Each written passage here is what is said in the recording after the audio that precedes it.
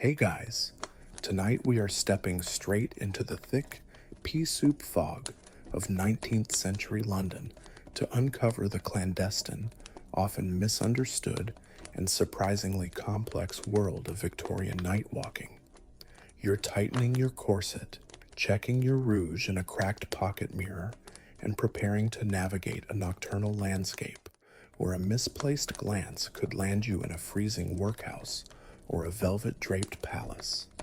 You probably won't survive this social minefield without a stiff drink, a sharp wit, or a very good alibi.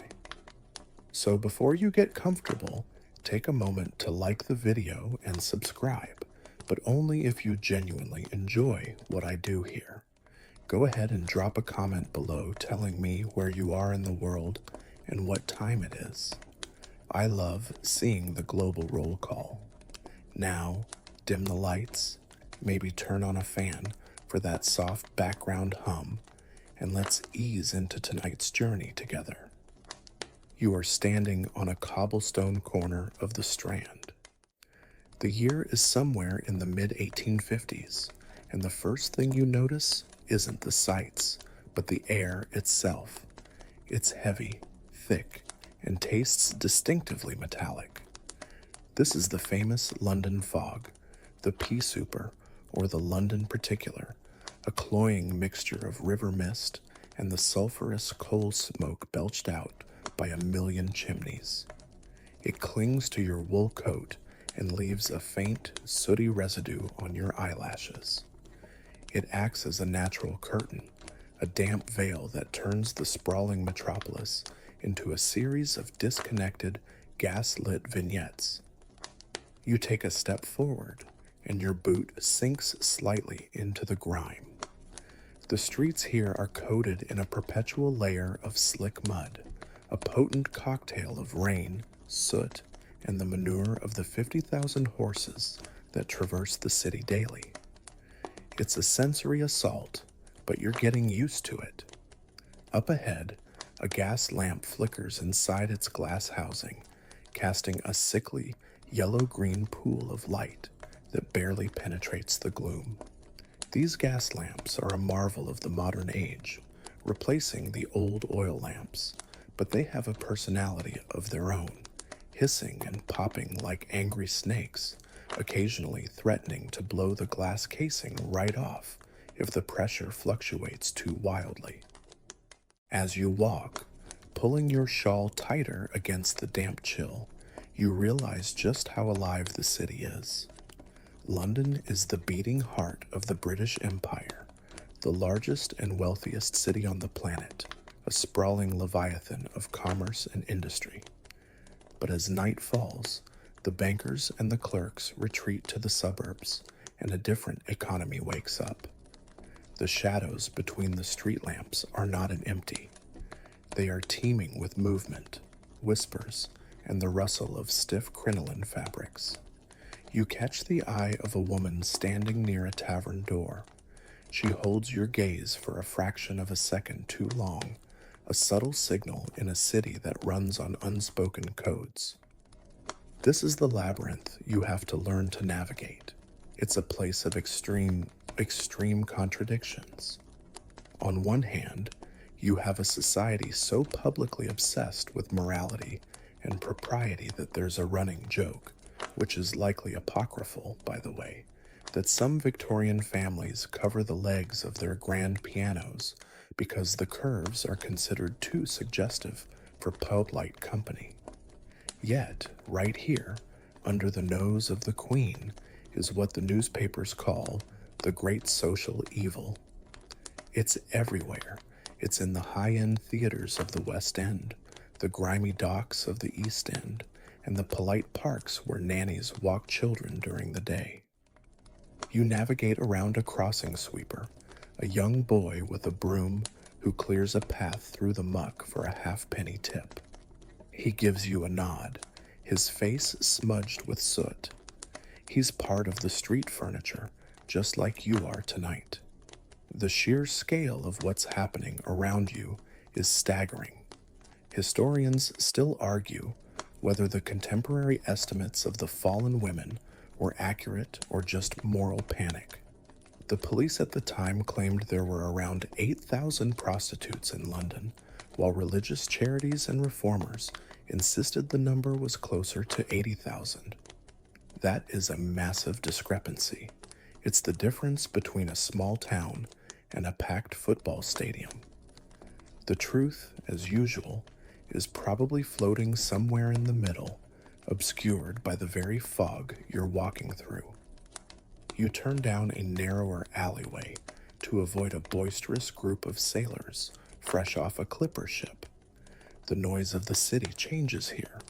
The roar of the main thoroughfares, the iron rumble of carriage wheels on stone, fades into the background, replaced by the clatter of boots and the slamming of doors. The architecture looms over you, rows of brick-terraced houses that seem to lean in, conspiring to keep secrets. In this labyrinth, anonymity is the most valuable currency. You can be anyone in the dark. A shopgirl by day might don a silk dress and become a mysterious beauty by night, supplementing her meager wages to keep a roof over her head. The smell here is distinct. It's a blend of frying onions from a street vendor, the stale hops of a public house, and that ever-present undercurrent of the River Thames, which, let's be honest, in the 1850s was essentially an open sewer doing its best impression of a majestic waterway. If you fell in, you wouldn't drown, you'd just dissolve. But the people around you don't seem to mind. They are moving with purpose. You notice how the city is carved up into invisible territories. You are currently near the theaters, a prime hunting ground where the lines between actress, dancer, and courtesan are often blurred to the point of invisibility. The energy here is electric, fueled by gin and the prospect of pleasure. But if you were to walk a mile east, the mood would shift to something more desperate, more survivalist. And a mile west, you'd find discreet carriages waiting outside walled gardens.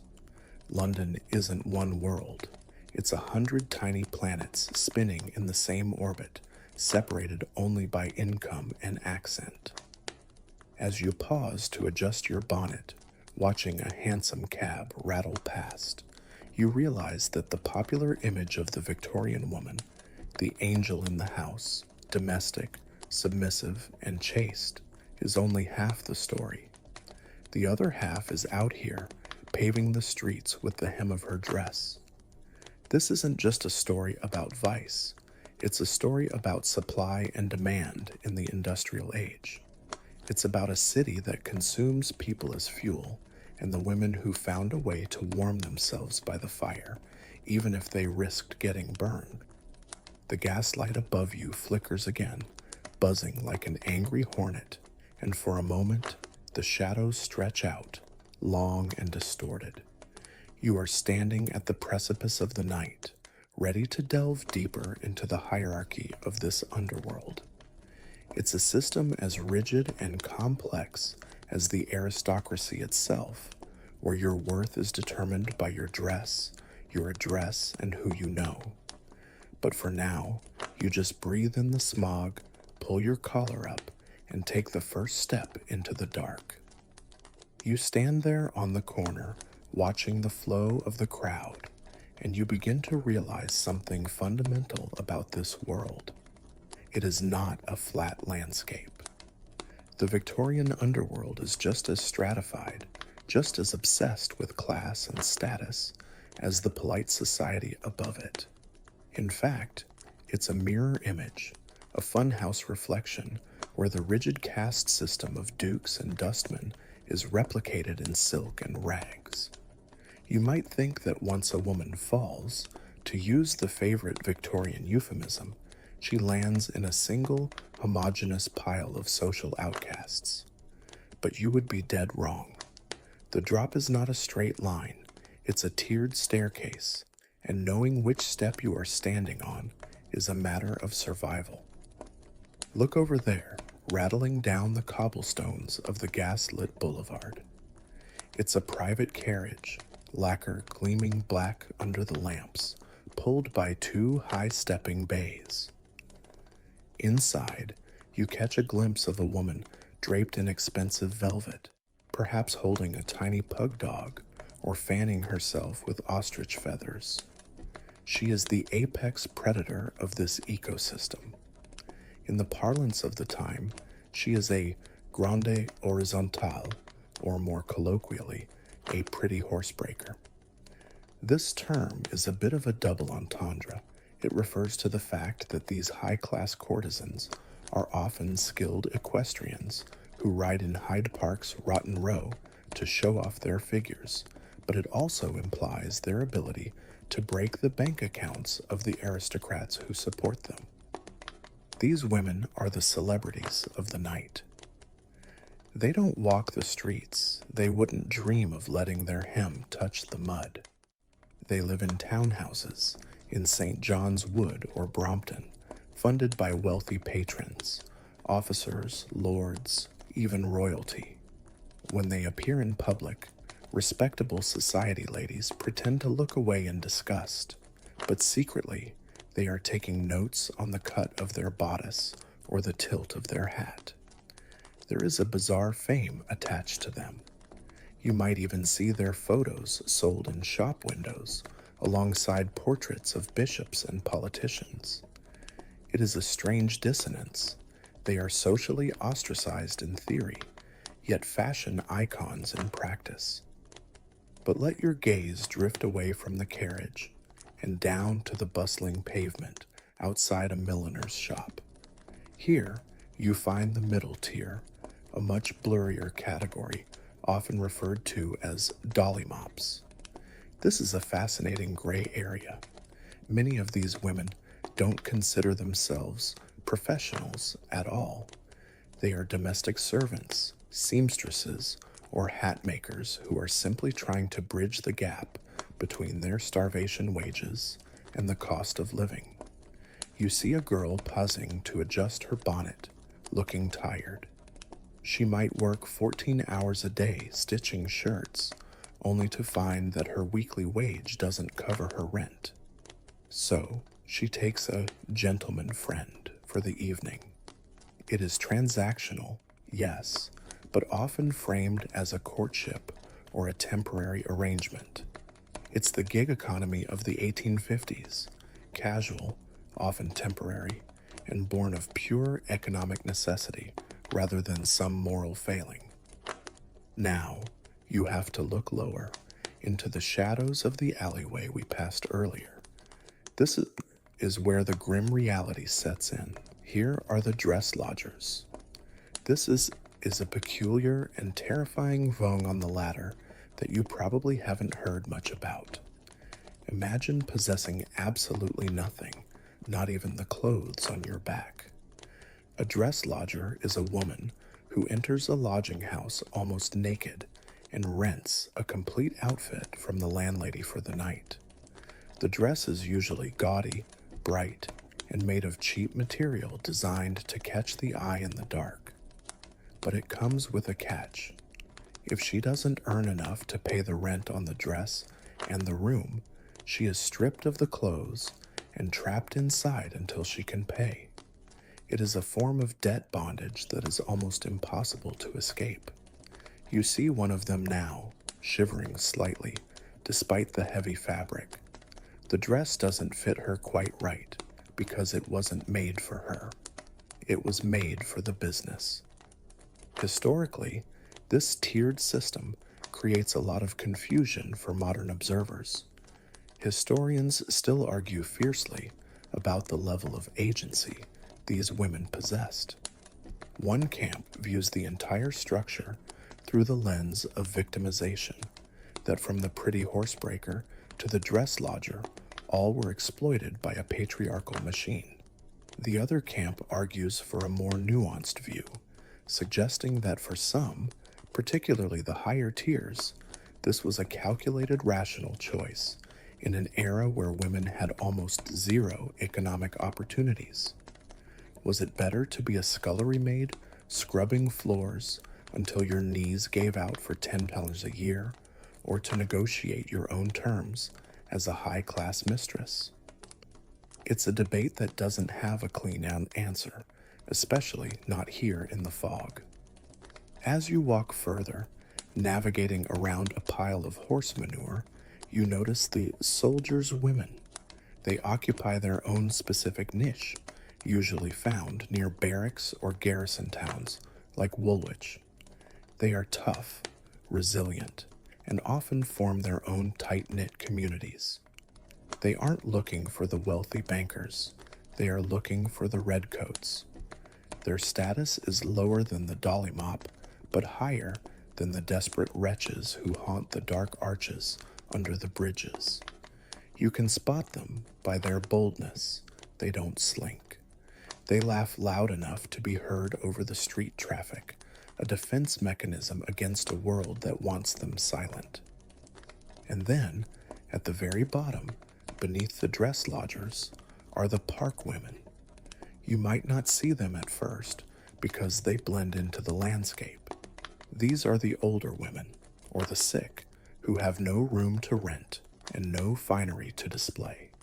They conduct their business in the open, in the dark corners of the royal parks or lumber yards, often for the price of a gin or a stale loaf of bread. It is a heartbreaking descent. A woman might start as a dolly mop, have a run of bad luck or illness, lose her position, and slowly slide down the rungs until she hits the park grass. The great social evil isn't a single entity, it's a bustling, competitive marketplace. You watch a streetwalker cast a jealous glare at a passing carriage. She knows the woman inside. Maybe they grew up in the same village. One found a rich protector, the other found a gin bottle. The difference between them might be nothing more than luck, a symmetrical face, or being in the right place when a wealthy duke rode past. It's chilly out here, isn't it? The damp seems to seep through your shoes. You realize that in this hierarchy, your wardrobe is your armor. The rustle of silk commands respect. The drag of wet cotton invites harassment. You are witnessing a society that judges a book entirely by its cover and then charges for the privilege of reading it. The stratification is so precise that there are even specific pubs for specific tiers. You wouldn't find a high-class courtesan in a flash house in the East End, just as you wouldn't find a dress lodger sipping champagne at the Café Royal. They are parallel lines that rarely intersect, even though they are running the same race. The noise of the street is picking up. A barrel organ starts grinding out a tune nearby, a melancholy sound that seems to fit the mood perfectly. You take a deep breath of the smoky air. We've seen who the players are. We've identified the queens and the pawns on this chessboard, but now you need to understand how they actually play the game. It's not just about standing there, it's about the art of the signal. You are now drifting through the crowd, eyes scanning the sea of bonnets and top hats, trying to tune your internal receiver to the secret frequency of the street. In a city of 3 million people, how do you find what you are looking for without saying a word? Or, more importantly for the women we are following, how do you advertise a service that polite society pretends this doesn't exist without getting arrested for annoying the inhabitants, which was the specific legal terminology for solicitation? The answer lies in a complex visual code, a semaphore of silk, paint, and gesture that turns the sidewalk into a silent auction block. The first thing you have to look at is the silhouette. It's the peak of the crinoline era. Women are walking around in cages of steel and whalebone that make their skirts expand to enormous circumferences. Navigating a crowded London street in a crinoline is like trying to pilot a hot air balloon through a narrow hallway. But watch closely. A respectable woman manages her skirt with a terrified rigidity. She is guarding her ankles as if they were the crown jewels. She lifts her hem only inches to avoid the mud, and even then, she does it with a pained expression of necessity. Now, look at the woman pausing under the gaslight near the tobacconist. She is wearing a similar dress, perhaps a shade of violent violet or emerald green that is just a little too bright for the somber tastes of the season.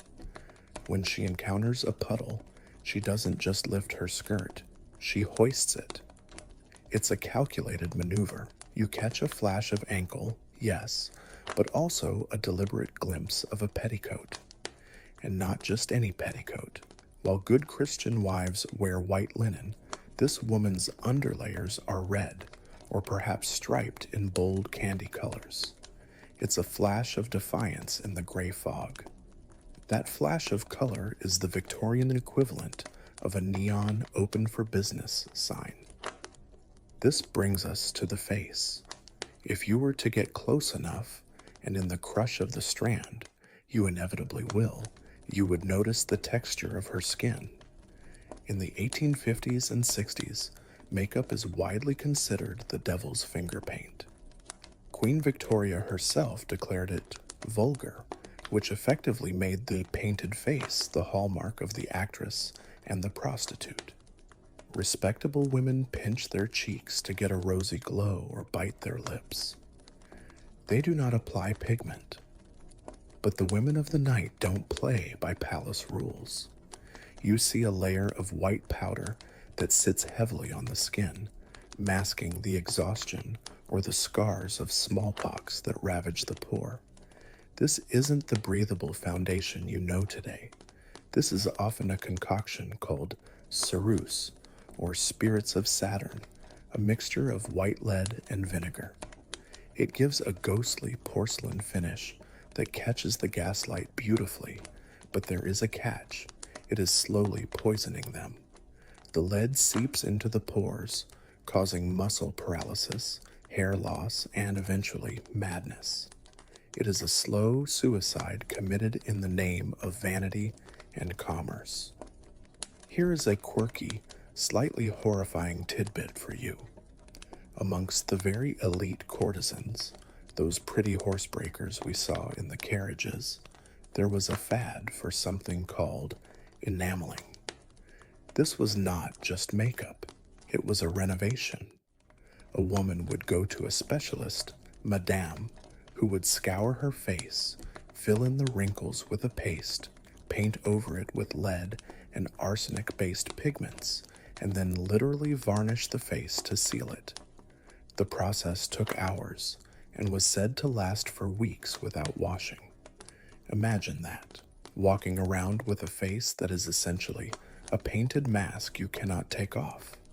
The rule was that you had to control your expressions carefully.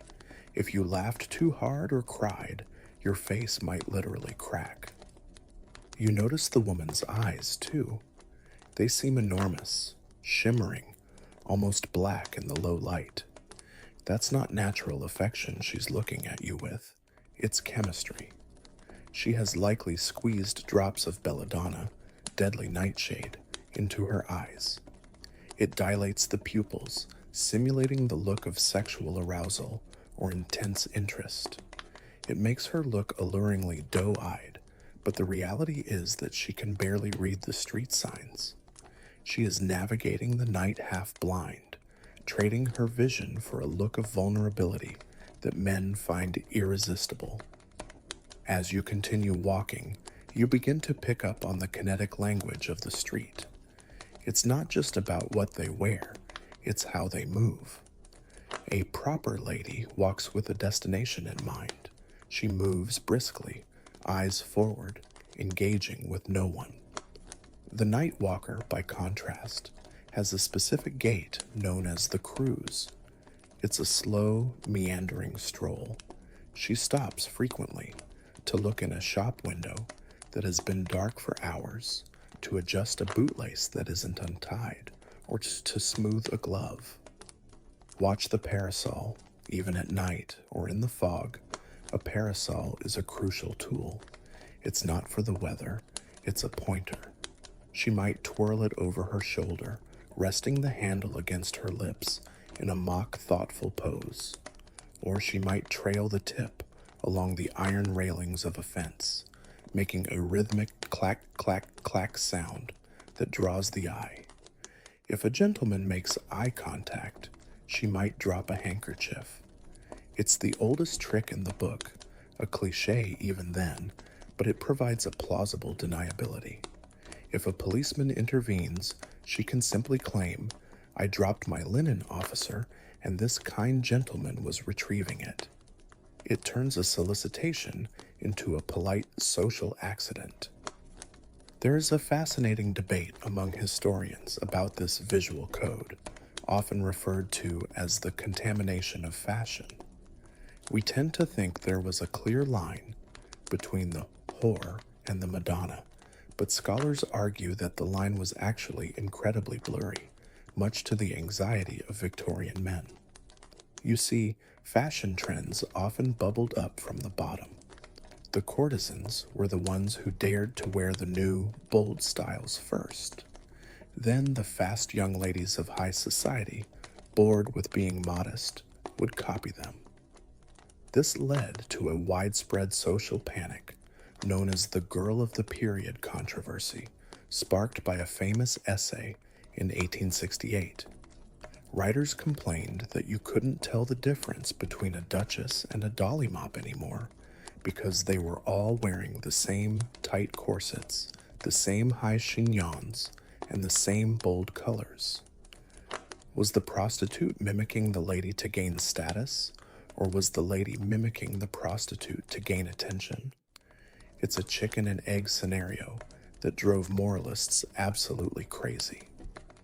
You watch a woman in a velvet jacket, a petticoat, pass by. She has a small bag, a reticule swinging from her wrist. In it, she likely carries the tools of her trade, a pot of rouge, a key to a lodging house, and perhaps a small knife for protection. She stops near a man smoking a pipe. She doesn't speak.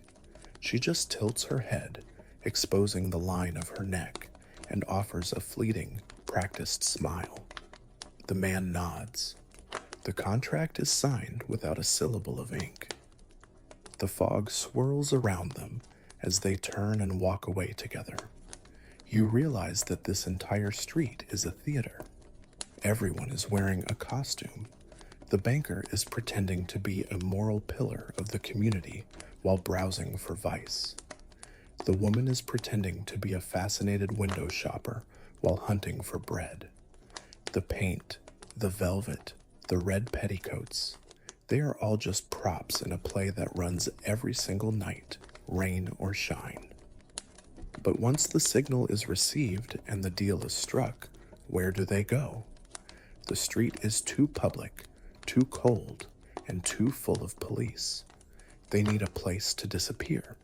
And so you follow them, stepping out of the relatively open air of the main boulevard and into the suffocating, gin-soaked embrace of the lodging houses. The air gets tighter here, the shadows deeper. You are about to enter the flash house, and you might want to hold your breath. You push open the heavy, battered oak door, and the first thing that hits you is the wall of sound.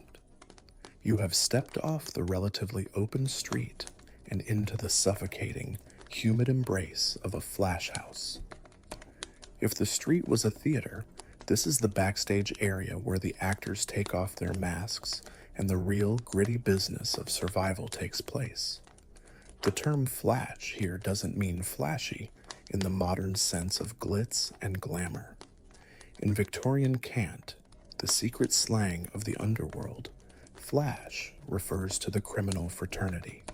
To be flash is to be in the know, to be part of the illicit network of thieves, con artists, and night walkers.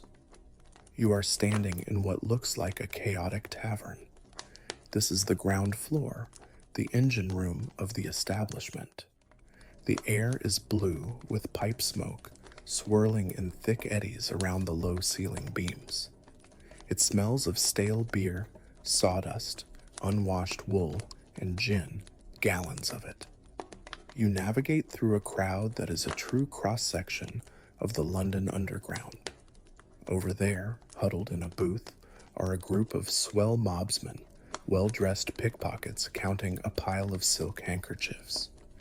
In the center, dancing to a fiddle that is slightly out of tune, are the women we saw earlier, their skirts kicked up, laughing with a boisterousness that feels both manic and necessary. You make your way to the bar. The woman running this show is perched behind the counter like a brooding hen. She is the abbess, the mother, or simply the madam. She is likely a former sex worker herself who has aged out of the trade and climbed the only corporate ladder available to her. She is formidable, perhaps missing a tooth, with arms thick enough to throw a drunk docker out into the gutter. She holds the keys to the kingdom, literally. Here is the economic reality of the flash house. Privacy is a luxury item, and it is sold by the minute. Unlike a hotel where you book a night, here the rooms are often rented out for their short times. A couple might pay a shilling for the use of a room for an hour. The madam keeps a strict ledger. She knows exactly who went up, with whom, and when they are due back down. If they overstay, there will be a sharp rap on the door. It is a conveyor belt of intimacy. You glance toward the staircase at the back. The wood is worn smooth by thousands of footsteps.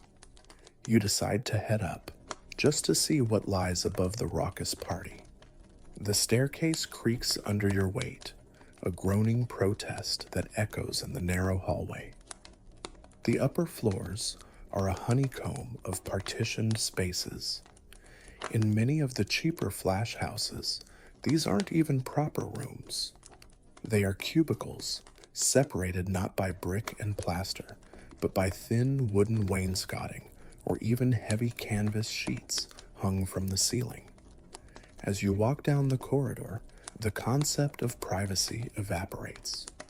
You can hear everything, a muffled argument about payment to your left, the clinking of glass and a drunken serenade to your right, the rhythmic creaking of bed frames from all directions.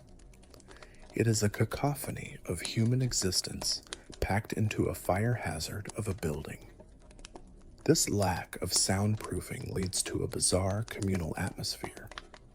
There are accounts of conversations happening between rooms, a woman in one cubicle shouting a joke to her friend in the next, right in the middle of a transaction.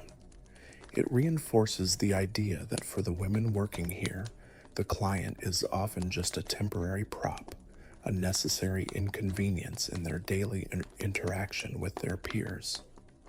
Here is a quirky, slightly unsettling detail about the furniture. In some of the busier, lower-end houses, you might encounter what was euphemistically called a hotbed.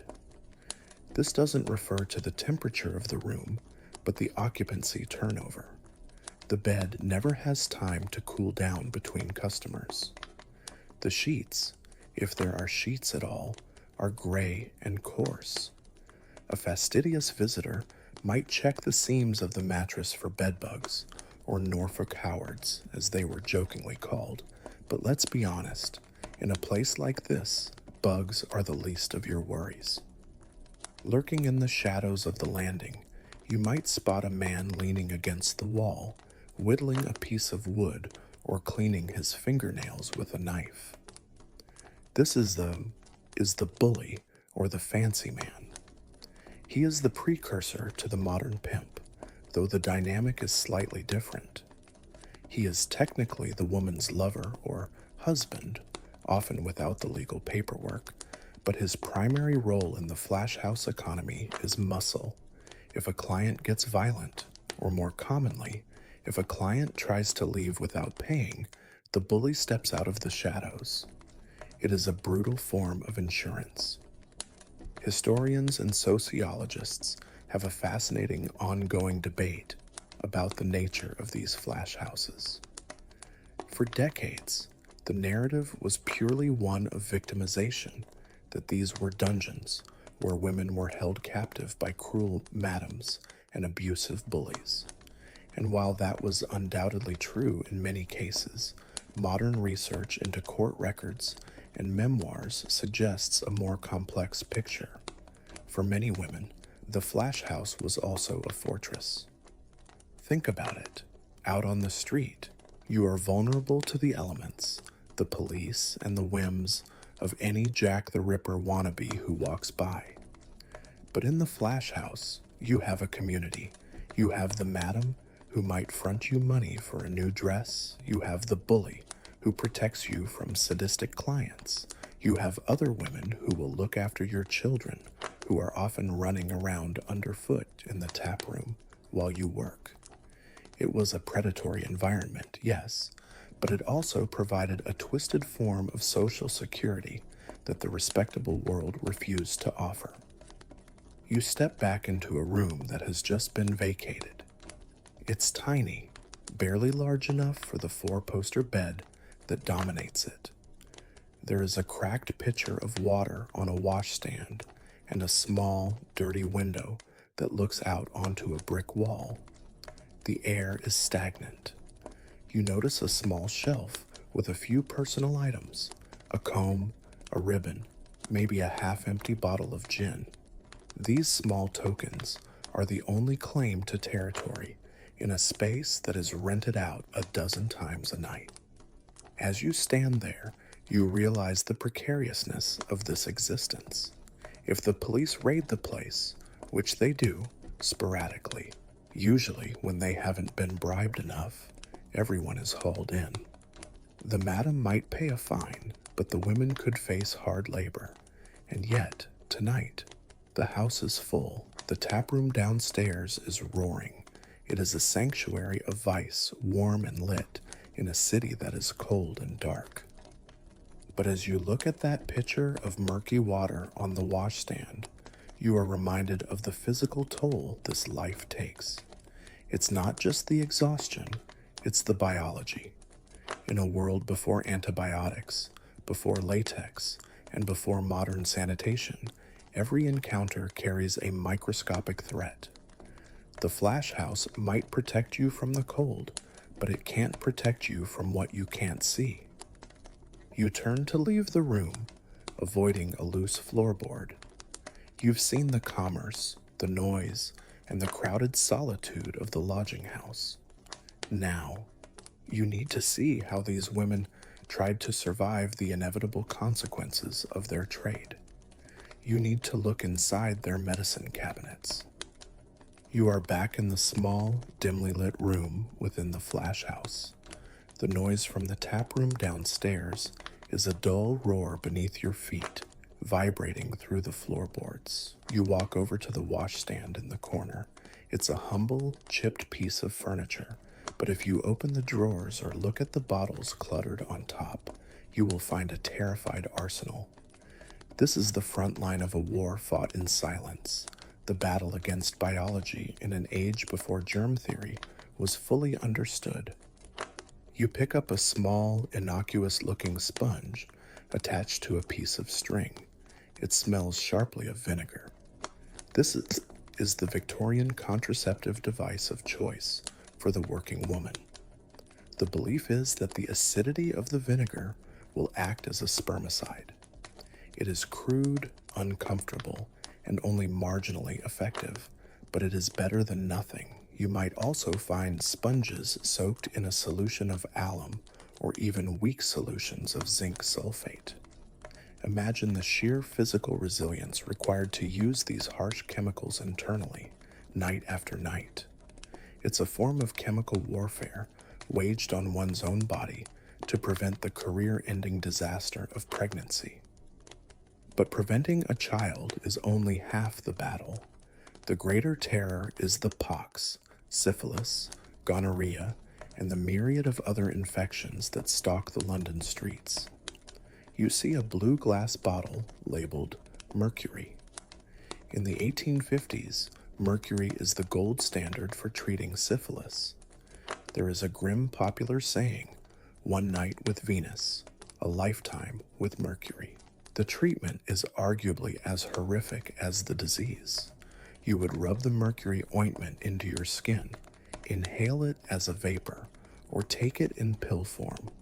It works by poisoning the bacteria, yes, but it also poisons you. It causes your teeth to loosen, your gums to bleed, and your drool to become uncontrollable, pints of saliva a day. It is a race to see which dies first, the spirocate bacteria or the patient. You put the bottle down, feeling a shudder run through you. The cure is a heavy, metallic sentence. Next to the mercury, you find a bottle of copaiba balsam.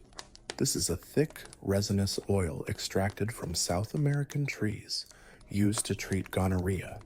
It tastes absolutely vile, like drinking turpentine mixed with pepper. It is so pungent that people claimed you could smell it on a person's breath or even coming out of their pores days later. If you were taking copaiba, everyone knew what you had. It was a scarlet letter written in scent. Here is a bizarre, fringe medical tidbit for you. Some women swore by the preventative power of Condy's fluid. This was an early disinfectant, essentially potassium permanganate. They would use it for douching. But in their desperation, they often got the mixture wrong. Too weak, and it did nothing. Too strong, and it caused severe chemical burns. You are looking at a shelf of experiments where the test subjects are the women themselves. Historians and medical anthropologists are still debating how much folk knowledge actually worked versus how much was pure placebo or harmful superstition. For example, there was a persistent urban legend that if you held your breath during the act or sneezed violently immediately afterward, you could expel the seed and avoid pregnancy. It sounds ridiculous to us now, but in a world without sex education, where information was passed down in whispers from older women to younger girls, these myths became gospel. You notice a small, folded paper packet. You open it carefully. Inside is a powder, maybe dried rue, savin, or pennyroyal. These are abortifacients, herbs known to bring on the menses. They are dangerous. Savin, in particular, is toxic. If a woman found herself pregnant, she would brew a tea from these herbs, drinking cup after cup of the bitter, nauseating liquid, praying for cramps. It was a game of Russian roulette. Take enough to lose the baby, but hope you don't take enough to stop your own heart. The hygiene rituals here are tragic in their inadequacy. You see a basin of water that has likely been used multiple times. In the East End, clean water is a luxury. Many lodging houses have no running water on the upper floors. You have to haul it up in buckets. So, you use the same gray, lukewarm water to wash yourself that you used an hour ago. It becomes a vector for disease rather than a preventative. And then there is the psychological toll of this constant medical anxiety. Every bump, every rash, every day of feeling slightly feverish triggers a panic. Is this it? Do I have the bad blood? In the Victorian era, syphilis is a slow, agonizing killer that can lead to madness and disfigurement. There are no antibiotics to clear it up in a week. Once you have it, you carry it. You become a walking biohazard, and you know it. Yet despite the danger, the industry thrives. You look at a small tin of rouge sitting next to the mercury bottle. It's a poignant juxtaposition. The rouge is there to create the illusion of health, to bloom the cheeks with a fake vitality, that hides the pallor of mercury poisoning. It is the mask of the trade. You have to look healthy to get work, but the work destroys your health. It is a perfect, vicious circle. You close the drawer. The smell of vinegar and stale lavender lingers in the air. You realize that these women are not just fighting poverty or the police, they are fighting an invisible enemy that lives in their own blood. They are amateur chemists, mixing poisons and potions in a desperate bid to stay in the game for just one more year, one more month.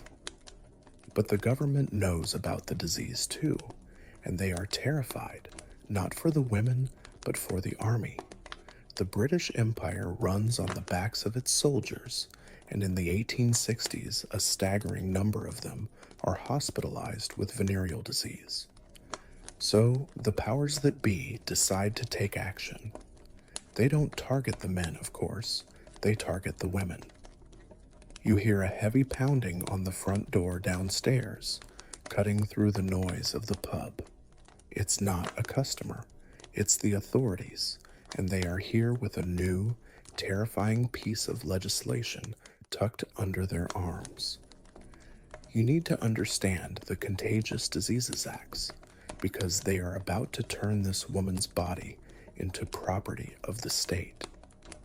The pounding on the door reverberates through the thin walls of the lodging house, silencing the laughter in the hallway.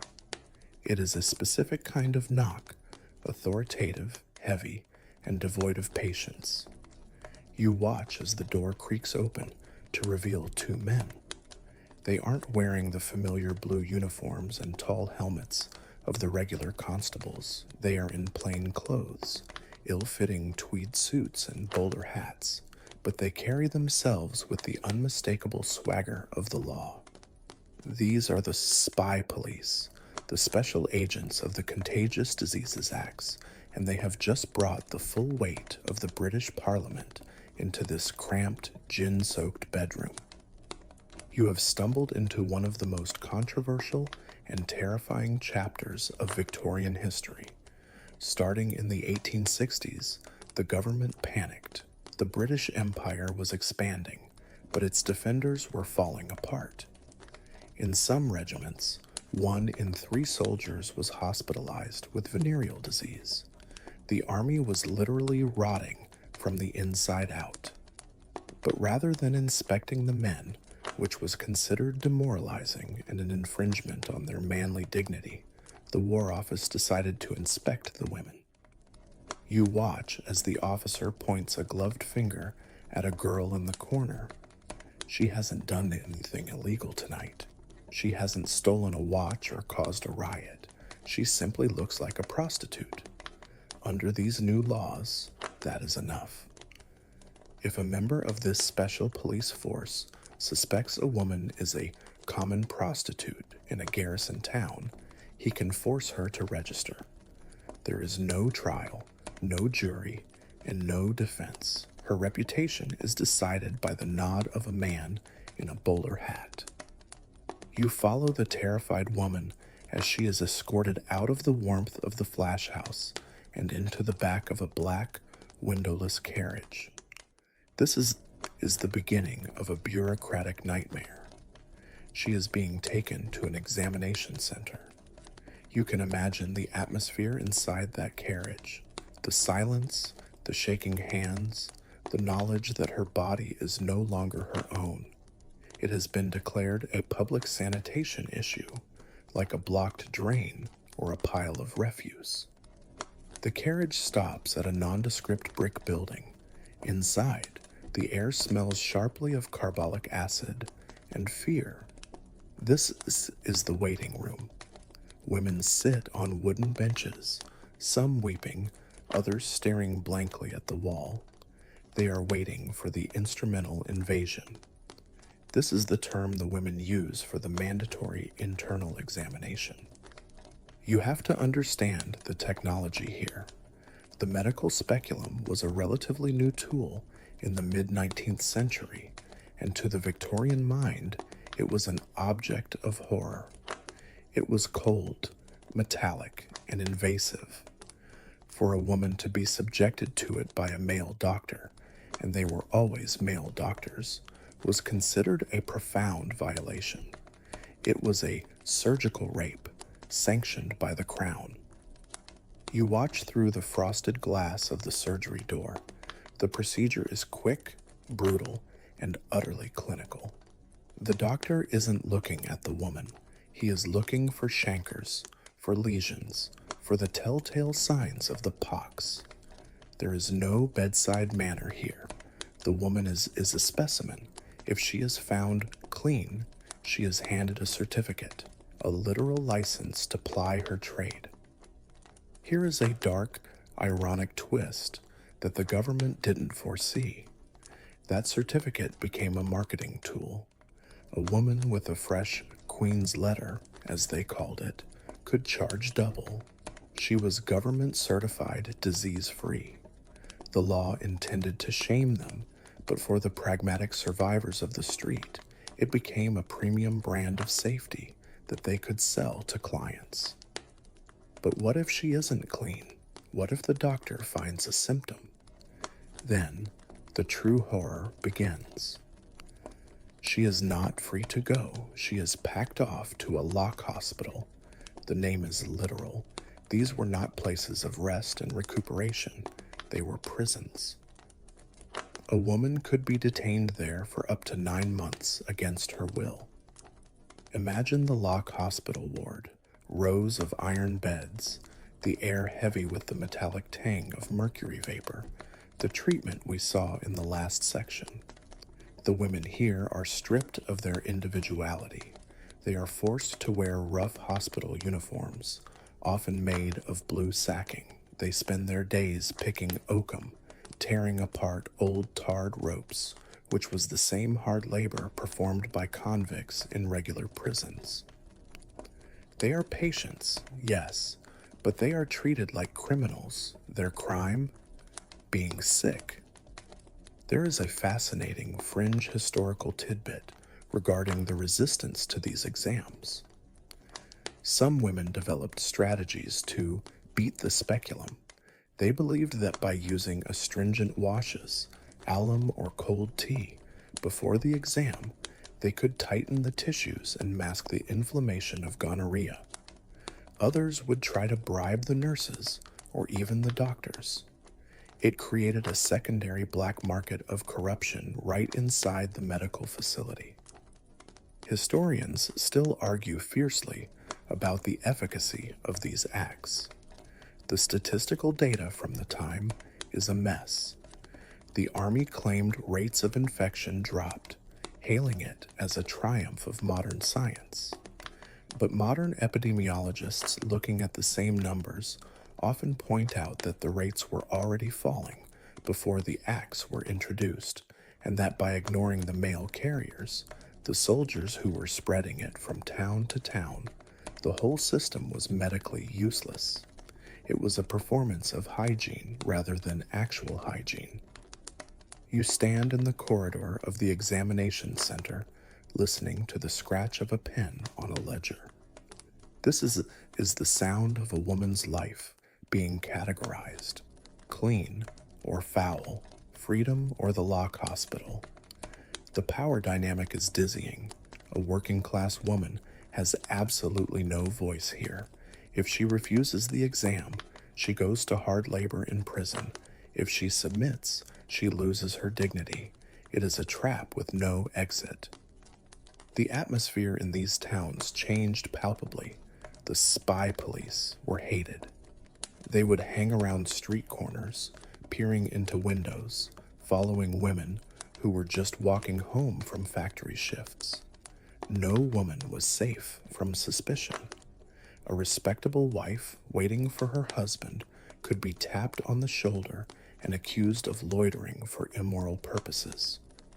The fog of London became a little thicker, a little more menacing, because the threat wasn't just the mugger in the alley anymore. It was the man with the badge. As you step back out into the night air, leaving the smell of antiseptic behind, you realize that this system created a profound, us versus them mentality. The women, already marginalized, were now legally defined as a separate species, a contaminant class. But pressure creates diamonds, and it also creates explosions. This draconian overreach was slowly waking up a sleeping giant. Women like Josephine Butler were starting to hear the stories from the lock hospitals, and they were getting angry. But that rebellion is a story for the daylight. Tonight, you are still in the dark. The woman from the carriage has been detained. She won't be returning to the flash house tonight or next week. Her room will be rented to someone else within the hour. The machine of the city grinds on, indifferent to the individual cog it just crushed. You walk away from the hospital, the gaslights reflecting in the puddles like watchful eyes. You need to get back to the streets, to the beat where the game is still being played, because even with the spy police watching, business must continue. And to keep business running smoothly, you don't just need a doctor's certificate. You need a friend in a high helmet. You need to understand the complex, transactional dance with the Bobby on the beat. You leave the sterile, frightening world of the examination center and drift back towards the familiar chaos of the main thoroughfares. The fog has thickened, swirling around your ankles like dry ice on a stage set. But through the gloom, you hear a sound that acts as a metronome for the London night. Clomp, clomp, clomp. It is the heavy, rhythmic tread of hobnailed boots on stone. Emerging from the mist is a silhouette that is instantly recognizable, even to us, a century and a half later. It is the Bobby, the peeler, the constable on the beat. He stands tall, wearing a high-collared blue tunic and that iconic custodian helmet, which was introduced right around this time in the 1860s to offer protection against blows to the head. He carries a truncheon at his belt and a bullseye lantern in his hand.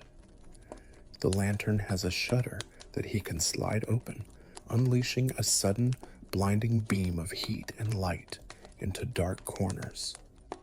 You might think, given the spy police we just saw, that this uniformed officer is the natural enemy of the streetwalker. You might expect the women to scatter like pigeons the moment he rounds the corner, but watch closely. You see a woman standing near a lamppost. The policeman approaches. He doesn't pull out his notebook. He doesn't reach for his handcuffs. Instead, he slows his pace. He leans in. They exchange a few words, perhaps a laugh. Then you see a quick, fluid movement, hand to hand. It's subtle, like a magician's card trick. The officer taps the brim of his helmet. The shutter on his lantern slides closed, and he walks on, leaving the woman exactly where she is. You have just witnessed the oil that keeps the great machine of the Victorian underworld turning, the bribe. The relationship between the London police and the fallen women is one of the most fascinatingly complex, symbiotic, and hypocritical dynamics of the era. To understand it, you have to look at the economics. A constable in the Metropolitan Police is paid a pittance, roughly a guinea a week. He is expected to be a paragon of moral virtue, to keep his uniform spotless, and to support a family, all on a wage that barely covers rent and food. On the other hand, a successful prostitute on a busy pitch in the Haymarket or the Strand might earn that same guinea in a single night. Do the math. The power dynamic on paper favors the law, but the economic reality favors the outlaw. This creates a fertile ground for what was politely called arrangement. The law itself is surprisingly vague, which helps facilitate this corruption. Technically, prostitution itself is not illegal in Victorian England. The crimes are solicitation, annoying the inhabitants, or riotous and indecent behavior. These are incredibly subjective charges. What constitutes annoyance? Is it grabbing a man's arm, or is it simply smiling at him? The decision lies entirely with the constable on the beat. He is the judge, jury, and executioner of the pavement. If he decides you are annoying, you go to the station. If he decides you are just a charming fixture of the neighborhood, you stay. And so, a system of tipping evolves. It isn't always cash, though a half-crown slipped into a palm is the universal language of London. Often, it is payment in kind. You might see a constable standing at the back door of a flash house or a gin palace. A hand reaches out with a pewter tankard of ale or a tot of gin. He drinks it quickly, wipes his mustache, and resumes his patrol. He has been treated. In exchange, he becomes temporarily blind. He develops a sudden inability to see the solicitation happening 10 feet away. Here's a quirky, slightly scandalous tidbit for you. In some of the rougher districts, this relationship went beyond just looking the other way. There are accounts of policemen acting as unofficial, off-the-books security guards for brothels. If a client got rowdy, drunk, or violent, refusing to pay or threatening the women, the madam wouldn't call the police to report a crime. She would call the specific beat cop she had on her payroll to come and sort it out. The officer would drag the troublemaker into the alley, administer a bit of summary justice with his truncheon, and send him on his way. The police were essentially the bouncers of the Victorian sex trade. This symbiosis goes even deeper. You have to remember that the police need something from the women, too. Information. Who knows the streets better than the person standing on the same corner for 12 hours a night? The night walkers see everything. They see who enters the jeweler's shop after hours. They see the pickpocket dividing his spoils. They see the face of the man wanted for murder.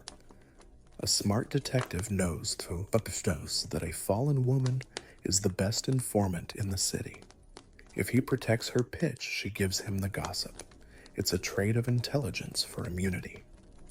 Historians still argue fiercely about how to characterize this corruption. Was it a systemic failure of a rotting institution, or was it a pragmatic, necessary adaptation? Some scholars suggest that the police were actually practicing a form of containment long before it was official policy. By allowing the women to work in certain areas, provided they paid their tribute, the police effectively created red light districts where vice could be monitored and contained rather than scattering it into the respectable suburbs. In this view, the corrupt Bobby wasn't just a crook. He was an unauthorized city planner. But let's not romanticize it. For the women, this is a heavy tax. If you are a poor streetwalker in the East End, paying off the copper might mean you don't eat that day. And the threat is always there. The move-on order is the policeman's favorite weapon. He can simply order a woman to keep moving, endlessly, all night long. Move along, love, move along. If she stops to rest, she is arrested. It is a form of torture by exhaustion. The bribe is the price of standing still. You watch another interaction down the street. A younger, greener constable is trying to arrest a woman who is clearly shouting at him. A crowd is gathering. This is another nuance of the street. The public is not always on the side of the law. In working-class neighborhoods, the police are often viewed as intruders, agents of a government that doesn't care about the poor. If a constable is too rough with a woman or arrests a popular local character, the crowd can turn on him. Rescue parties are common, mobs that surround the officer and physically drag the prisoner free. The Bobby knows this. He is outnumbered. It is much safer and more profitable to be a friend than an enemy. You notice the constable stopping at a roasted chestnut stall. The vendor hands him a bag. No coin changes hands. He is warming his hands on the brazier. The woman from earlier drifts over. They stand there for a moment, the policeman and the prostitute, sharing the warmth of the fire in the freezing fog. It is a moment of bizarre domesticity in the middle of the criminal underworld. They are co-workers, in a sense. Both are working the night shift. Both are dealing with the drunk, the desperate, and the dangerous. Both are despised by polite society, one for her morals, the other for his class. This transactional dance changes the geography of the city. There are safe beats where the police are known to be amenable, and there are hot beats where a new, moralistic superintendent has ordered a crackdown. The women have to know the roster. They have to know that Constable Smith likes a drop of brandy, but Constable Jones is a Methodist who will drag you in for a prayer and a fine. As the officer finishes his chestnuts and resumes his heavy, clomping walk into the darkness, you realize that the law here is not a rigid iron bar. It is made of wicker, flexible, bendable, and full of holes. The Bobby on the beat is not a wall. He is a gatekeeper, and like all gatekeepers, he charges a toll. But who is paying that toll? Who is funding this entire nocturnal economy? The constable takes the bribe, and the woman takes the risk, but the money ultimately comes from somewhere else. It's hummed from the pockets of the men walking past you, the shadows in top hats, the soldiers in red tunics, and the clerks in gray wool. To understand the industry, we have to look at the consumer. We need to examine the men who buy the night. You turn your gaze away from the retreating form of the policeman and back to the flow of the crowd. We have spent a lot of time looking at the women, the sellers in this nocturnal marketplace, and the authorities who regulate them. But any economist will tell you that supply is nothing without demand. And the demand in Victorian London is staggering. It is a hunger that cuts across every single class line, defying the rigid social stratification we saw earlier. Tonight, you are going to study the buyers. Watch the man stepping out of a hansom cab just outside a music hall. He is dressed impeccably, a silk top hat that gleams under the gaslight, a heavy frock coat, and a cane with a silver handle. He is the archetype of the Victorian gentleman. In the daylight, he is likely a pillar of society, a banker, a judge, perhaps even a member of parliament, who spends his afternoons debating the very laws that criminalize the women he is about to meet. This is the Walter archetype. I mention Walter because he is the pseudonym of the author of My Secret Life, a colossal 11-volume memoir written during this era. It is one of the most obsessive, detailed, and frankly exhausting chronicles of sexual conquest ever written. Walter, whoever he really was, recorded thousands of encounters with women of every class, from high-end courtesans to destitute streetwalkers. For men like him, the city is not a community, it is a hunting ground.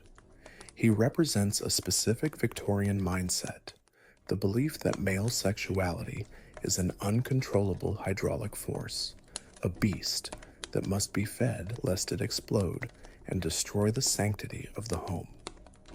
You see, there is a profound double standard at play here, one that is almost difficult for the modern mind to grasp. A respectable woman is expected to be passionless, a guardian of the hearth who submits to her husband's duty but does not seek pleasure. But a man has needs. In fact, Medical textbooks of the time often warned that celibacy could be dangerous for men, leading to a condition called spermatorrhea or nervous exhaustion. So, visiting a prostitute isn't just a vice for this gentleman. In his mind, it is practically a medical prescription. It is the sewer that keeps the river of the family pure. But look past the top hat. See that young man hurrying along the pavement, his collar turned up, looking nervous. He doesn't have a silver cane. His coat is wool, well worn at the elbows. He is a clerk. He spends his days perched on a high stool in a counting house, copying ledgers for a few shillings a week. He is the Bob Cratchit of this story. Why is he here? This brings us to a mainstream historical fact that drives this entire industry: the marriage gap. In the Victorian middle class, a man is expected to be financially established before he can even think of proposing.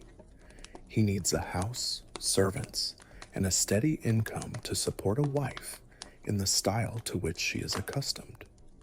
As a result, the average age of marriage for men pushed late into the 20s or early 30s.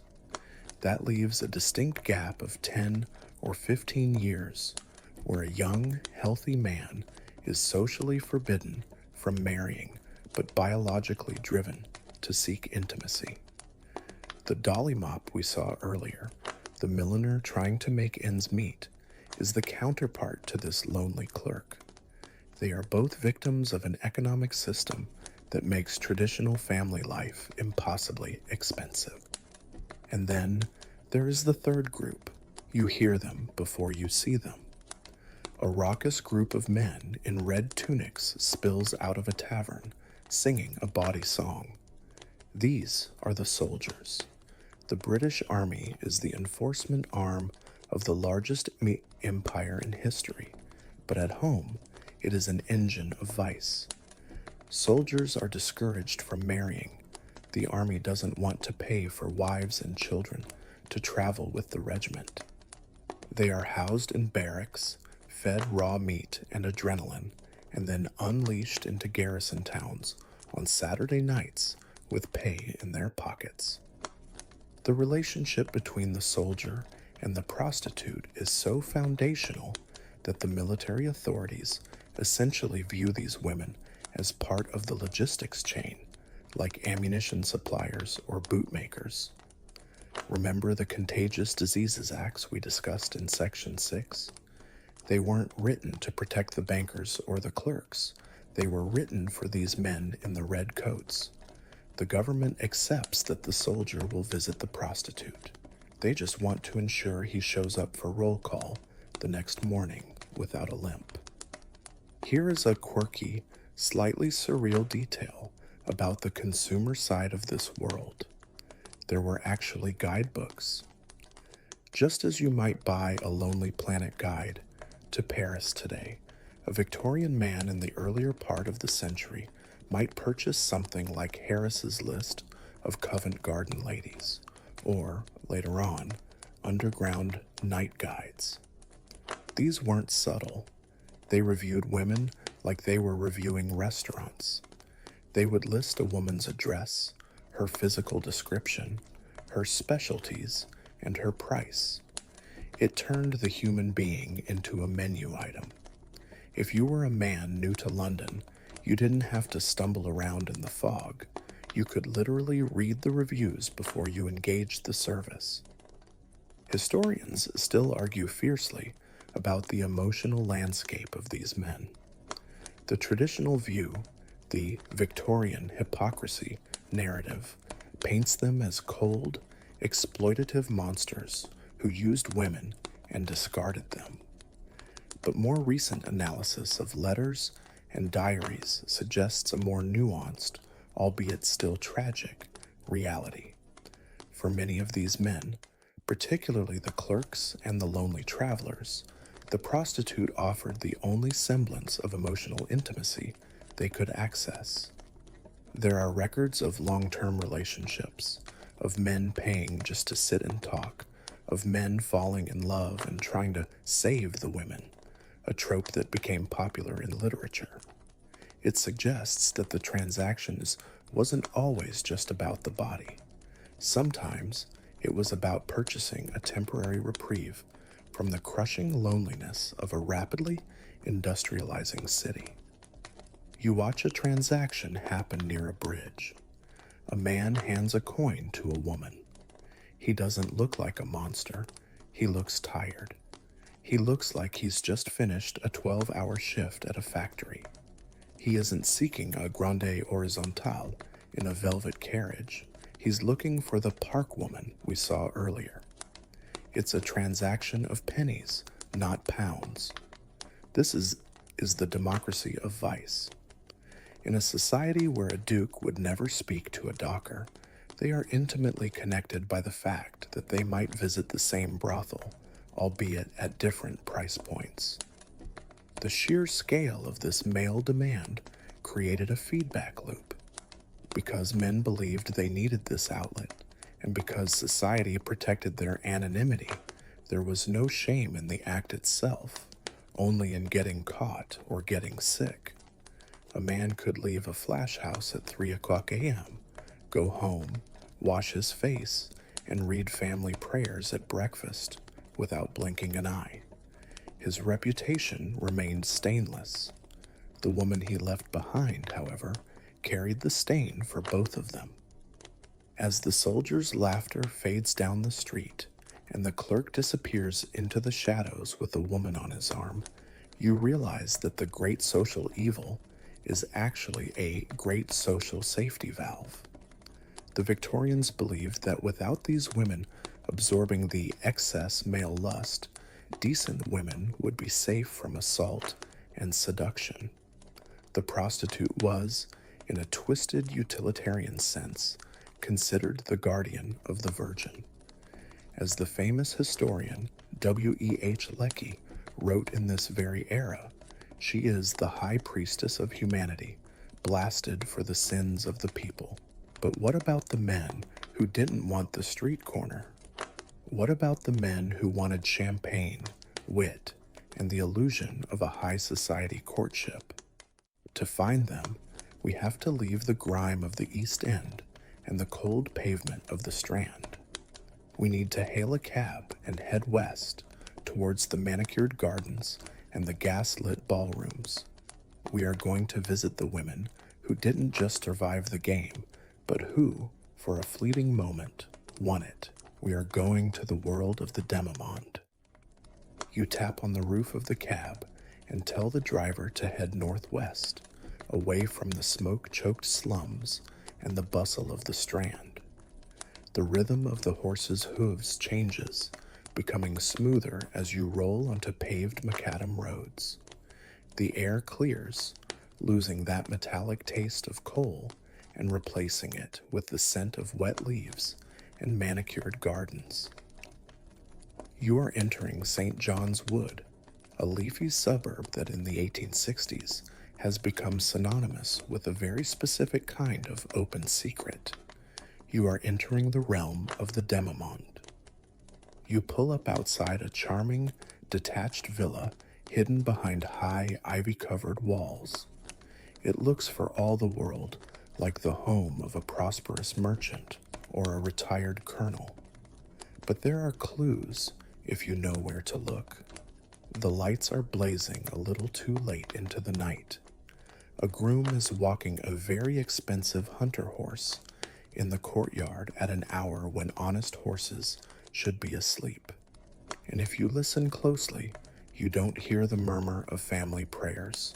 You hear the bright, crystalline laughter of a party that is just getting started. You step inside, and your boots sink into carpets so thick they feel like moss. The contrast with the flash house we visited earlier is violent. There is no sawdust here, no smell of stale beer. The air is perfumed with potpourri, expensive cigar smoke, and the crisp, yeasty aroma of French champagne. You are handed a crystal flute by a servant who moves with the discretion of a ghost. You have crossed the threshold into the half-world, the demi-monde. This term, coined by the French playwright Alexandre Dumas just a few years prior, perfectly describes the social limbo you are standing in. The women here live lives that mimic the aristocracy in every detail: the clothes, the carriages, the servants, the opera boxes, but they are permanently barred from polite society. They exist in a parallel dimension. They are the mirror image of the debutantes across town, but the mirror is cracked.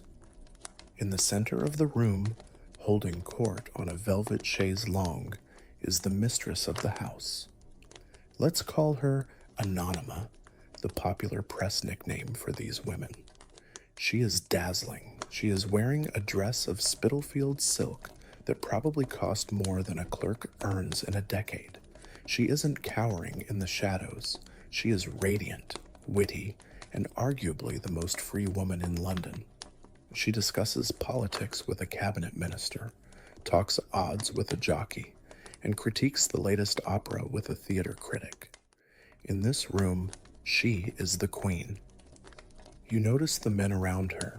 They are the same men we saw on the street: the Walters, the officers, the peers of the realm. But here, their behavior is different. They are relaxed in their own drawing rooms with their wives. They must be stiff, moral, and terribly Victorian. Here they can unbutton their waistcoats, smoke indoors, and tell risque jokes. This villa is a pressure valve for the suffocating etiquette of the upper class. The Grande Horizontale provides not just sex, but an illusion of bohemian freedom that these wealthy men crave desperately. This lifestyle is incredibly public, which is the great paradox of the age. You might think these women would be hidden away, but the opposite is true. Tomorrow morning, you could go to Hyde Park, specifically the stretch of bridle path known as Rotten Row. At 11 o'clock a.m., the pretty Horsebreakers will be out in force. They ride magnificent horses, sitting perfectly in their saddles, wearing tight-fitting riding habits that show off their waists. They are the main event. Crowds gather just to watch them pass. It is a surreal scene. Respectable duchesses in their carriages will raise their lorgnettes to stare openly at the courtesans, studying the cut of their jackets to copy for their own wardrobes, while simultaneously refusing to acknowledge their humanity. It is a game of, I see you, I copy you, but I do not know you. The courtesan, for her part, looks straight ahead, chin up, playing the role of the untouchable goddess. Here is a mainstream historical fact that underscores their celebrity. One of the most famous courtesans of the era, Catherine Walters, known as Skittles, was a genuine superstar. When she rode in the park, the crowds were so thick that the police had to clear a path. She didn't just survive the Victorian era, she conquered it. She was so influential that when she grew old and retired, having been the lover of dukes and diplomats, William Gladstone, the Prime Minister himself, would come to tea at her house. She had transcended her profession to become a national institution. But there is a quirky, fringe tidbit about this world that shows the bizarre intersection of commerce and romance. Many of these women didn't just have one protector. They were often syndicated. A villa in St. John's Wood is expensive to run.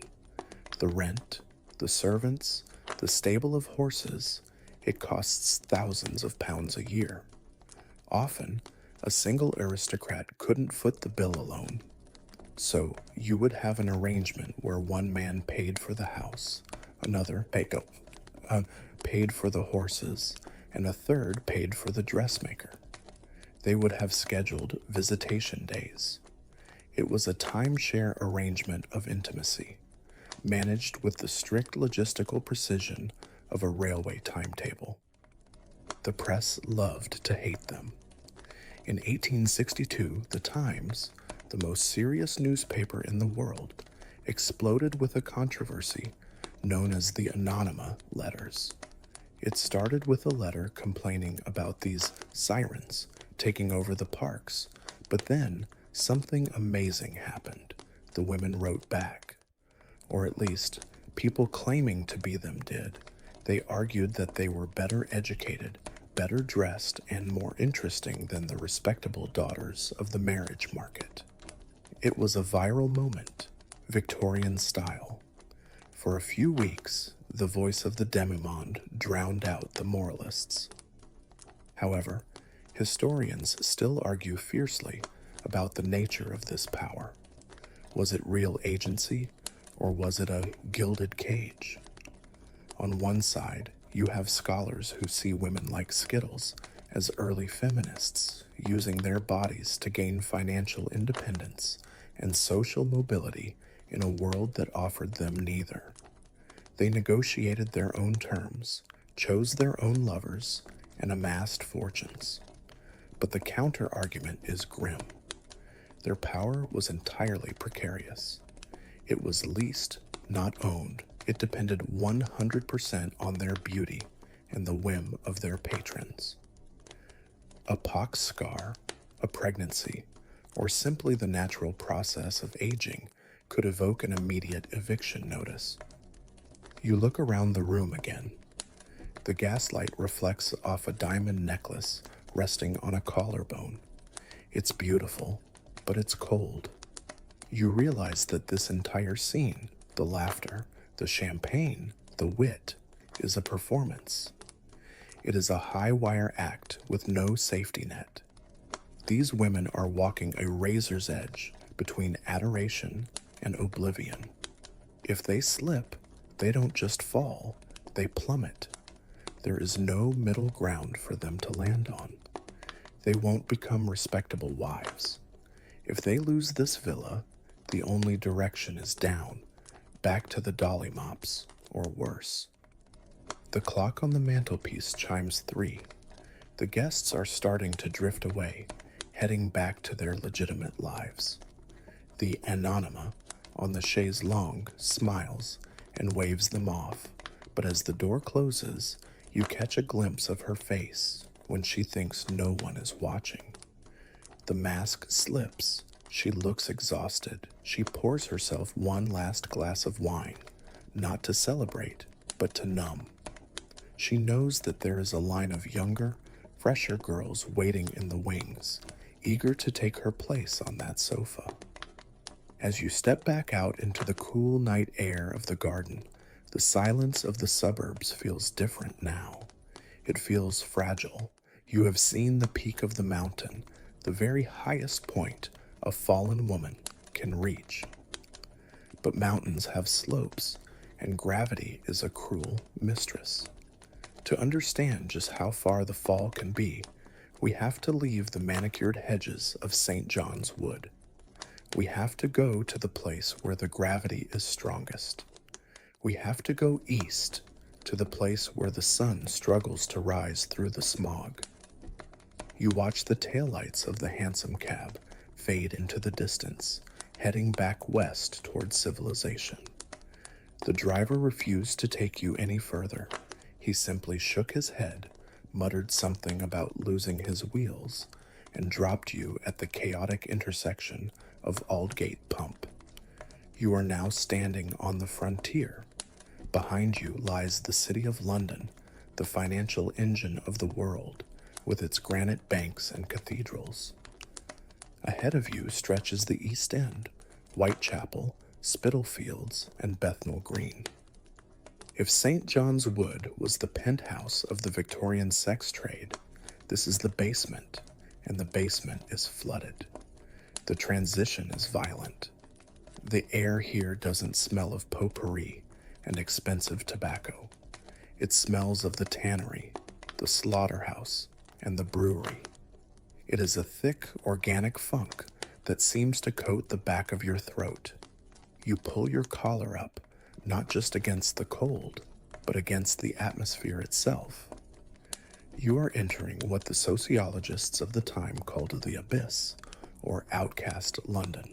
You step off the main road and into the labyrinth of Dorset Street, or Flower and Dean Street. These are the rookeries, slum districts so densely packed and so structurally unsound that they seem to defy gravity. The buildings lean toward each other across narrow alleys, shutting out the sky.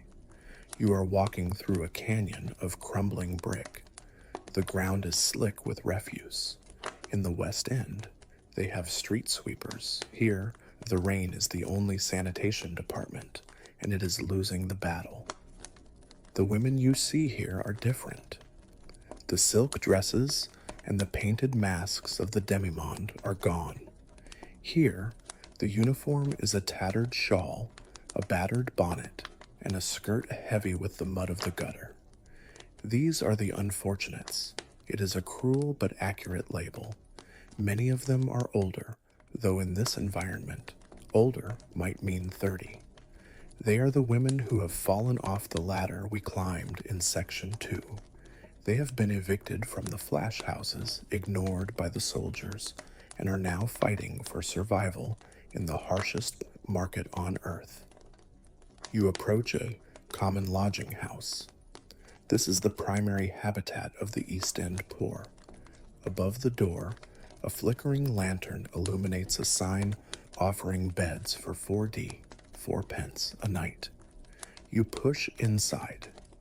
If the flash house was a tavern, this is a warehouse for human misery.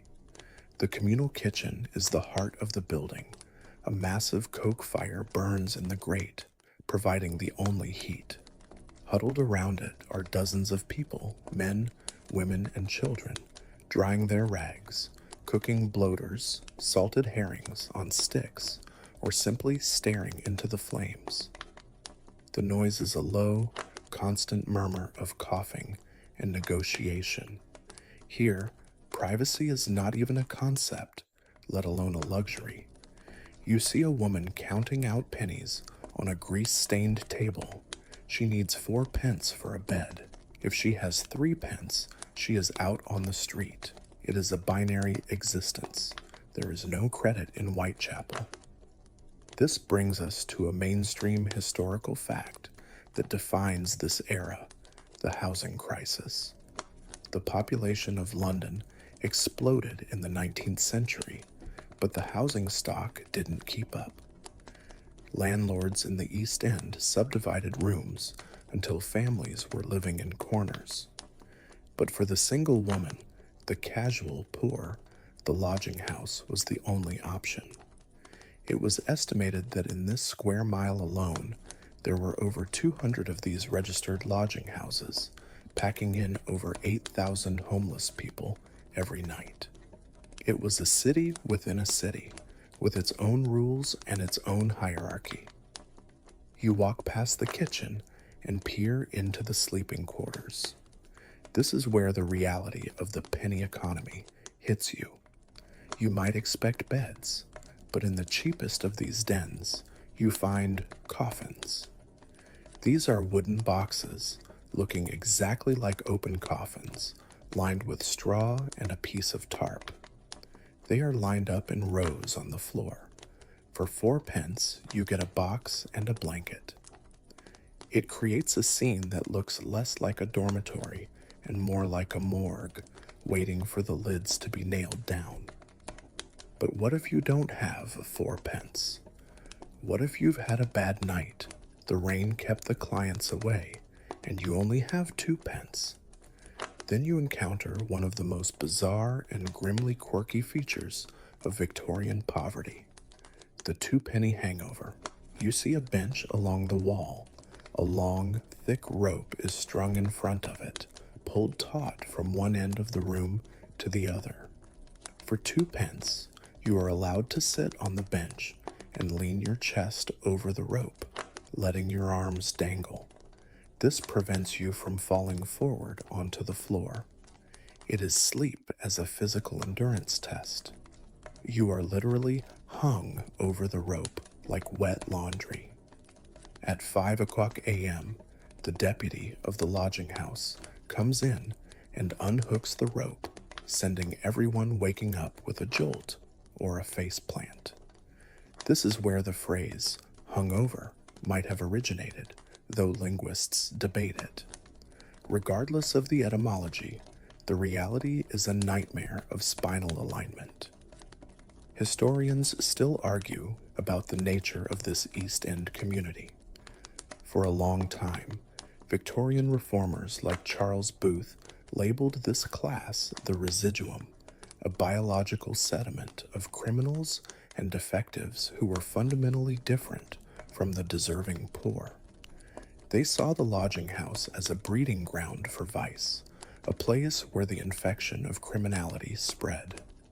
But modern social historians look at the same records and see a desperate resilience. They argue that these houses were actually communities of mutual aid. A woman might share her herring with a starving stranger. A group might pool their pennies to pay for a funeral.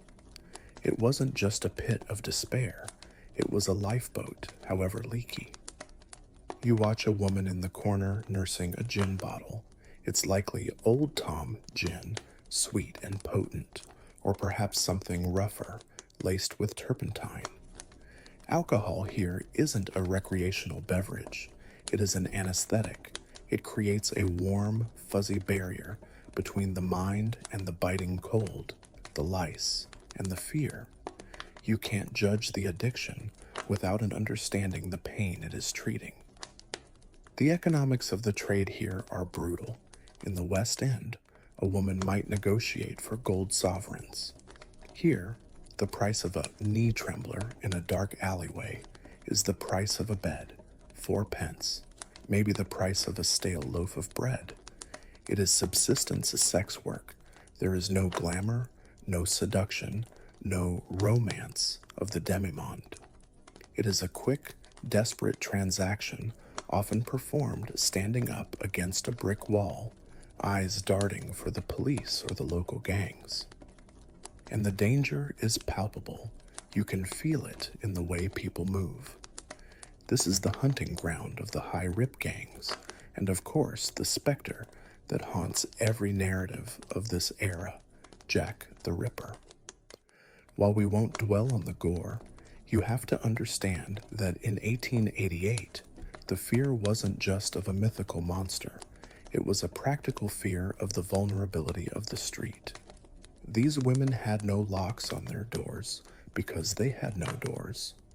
They had no protection because the police we saw earlier rarely ventured deep into the rookeries alone.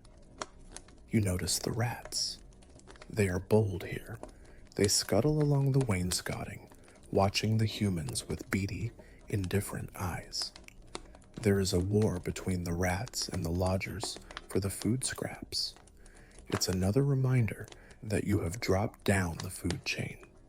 In St. John's Wood, you were an apex predator.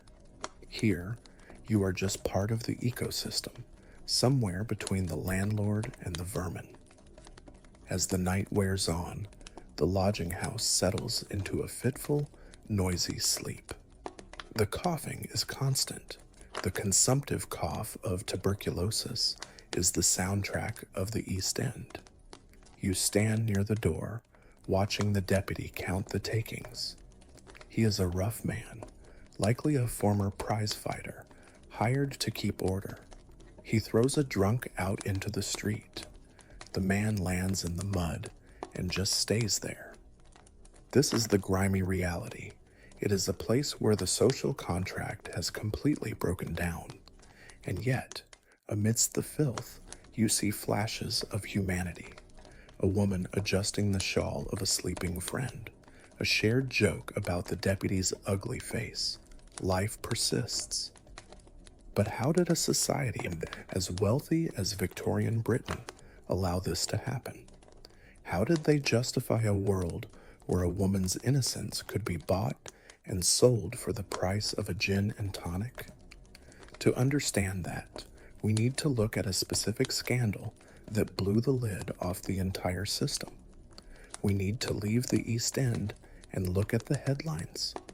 We are about to witness the maiden tribute of modern Babylon. You are standing on the busy pavement of Fleet Street, the beating heart of London's newspaper industry. It is July 1885, and the summer heat is making the ink on the newsprint smell particularly pungent. But it's not the weather that has the city in a fever. It is the headline screaming from the paperboy's hands. You watch a newsie, a scruffy lad in a flat cap, waving a copy of the Pall Mall Gazette like it's a weapon. He is shouting, "Read all about it. The maiden tribute, London's infamous shame exposed." People are stopping in their tracks. Businessmen in top hats are fighting to buy copies. Cab drivers are leaning down from their perches to snatch one. You have just walked into the middle of the maiden tribute of modern Babylon scandal, a media storm so intense it nearly brought the government to its knees. At the center of this hurricane sits a man named W.T. Stead. Imagine a Victorian version of an investigative journalist on steroids. Intense, bearded, driven by a fervent, almost maniacal religious morality, and possessed of a thoroughly modern instinct for what we would today call clickbait. Stead was the editor of the Gazette, and he had decided that the polite silence surrounding the sexual exploitation of children in London had to end. But he didn't just want to write an editorial, he wanted to stage a piece of theater that no one could ignore. Here is the setup for one of the most audacious sting operations in history. Stead claimed that the white slave trade, the abduction and sale of English girls to continental brothels, was rampant. He argued that for a trivial sum, any man could purchase a fresh child, no questions asked. The police said he was exaggerating. The politicians said he was hysterical. So Stead said, "Fine, I'll show you." You follow Stead's narrative as if it were a noir detective novel. He enlisted the help of a reformed brothel madam turned Salvation Army activist, Rebecca Jarrett. They went into the slums of Marylebone looking for a target. They found a chimney sweep and his wife, a couple living in dire poverty. They had a 13-year-old daughter named Eliza Armstrong. Stead, through his intermediary, offered the mother $5,000. That was the price, £5. In 1885, that's roughly the wages of a domestic servant for 4 months, or the cost of a very nice suit. But for a human life, it was terrifyingly cheap. The deal was struck. The mother was told the girl was going into service, but the implication of service in that context was deliberately murky. Stead then played the role of the villain perfectly. He had the girl taken to a midwife to be examined and certified as a virgin, mimicking the medical certification process demanded by high-paying clients. He then took her to a brothel where she was chloroformed, or at least she was given a sedative to simulate the process, and put to bed. Stead entered the room, looked at the sleeping child to prove access, and then, crucially, he left. He didn't touch her. Instead, he whisked her away to the safety of the Salvation Army in Paris. He had his proof, and then he published. The articles that ran in the Pall Mall Gazette were explosive. Stead used a style known as the New Journalism. It was personal, sensational, and graphic. He used subheadings like the violation of virgins and the confessions of a brothel keeper. He described the Minotaur of London devouring the city's children. It was a potent mix of righteous indignation and prurient detail. The reaction on the street where you stand is pandemonium. You see a crowd gathering outside the newspaper offices. Some are there to cheer him as a hero. Others are there to burn the paper in disgust, calling it pornography for the pious. The demand is so high that the presses can't keep up. Copies are changing hands for 20 times their face value. The newsboys are getting into fistfights over bundles. This brings us to a mainstream historical fact that is absolutely crucial. Before this scandal, the age of consent in Great Britain was 13. Let that sink in. 13. A girl of 13 was considered legally capable of consenting to her own ruin. Reformers had been trying to raise it to 16 for years, but the bills kept dying in Parliament, blocked by men who mumbled about liberty and interference. Stead's scandal changed the calculus overnight. The Criminal Law Amendment Act was rushed through Parliament in record time. The age of consent was raised to 16, where it remains today. It was a legislative miracle fueled entirely by newsprint. But here is the quirky, ironic twist that you probably wouldn't survive without laughing at. W.T. Stead went to jail for this. In his zeal to prove how easy it was to abduct a girl, he technically abducted a girl.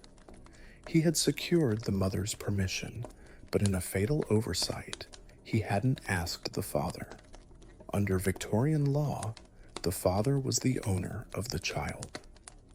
So, the hero of the hour was arrested for kidnapping Eliza Armstrong. He was sentenced to 3 months in Holloway Prison. But Stead, being the master of spin that he was, turned his cell into a shrine. He was allowed to wear his own clothes, edit his newspaper from jail, and receive visitors. He even continued to wear his prison uniform on the anniversary of his incarceration for the rest of his life, like a badge of honor. It was the ultimate publicity stunt. Historians still argue furiously about Stead's legacy. Was he a genuine savior who forced a complacent society to protect its children? Or was he a sensationalist ghoul who exploited Eliza Armstrong just as much as the brothel keepers did, using her name and story to sell papers and boost his own celebrity? The debate centers on the concept of agency. Eliza was never asked if she wanted to be part of a national sting operation. She was a pawn on a chessboard played by men, one selling her, one buying her to save her, but both moving her around without her consent. As you watch the chaotic scene on Fleet Street, you notice the subtle shift in the public mood. The scandal didn't just change the law, it changed the atmosphere. Suddenly, purity became a militant cause. Vigilance committees formed in local neighborhoods. The National Vigilance Association was born, dedicated to rooting out vice. But as often happens, the pendulum swung too far. The new laws weren't just used to protect children, they were weaponized against the women we met earlier. The definition of brothel was expanded. It became easier for landlords to evict tenants suspected of prostitution. The police, empowered by the public outcry, cracked down harder on the streetwalkers. The maiden tribute saved the children, but it made life significantly harder for the adult women trying to survive in the trade. And there is another dark legacy tucked inside that famous 1885 Act.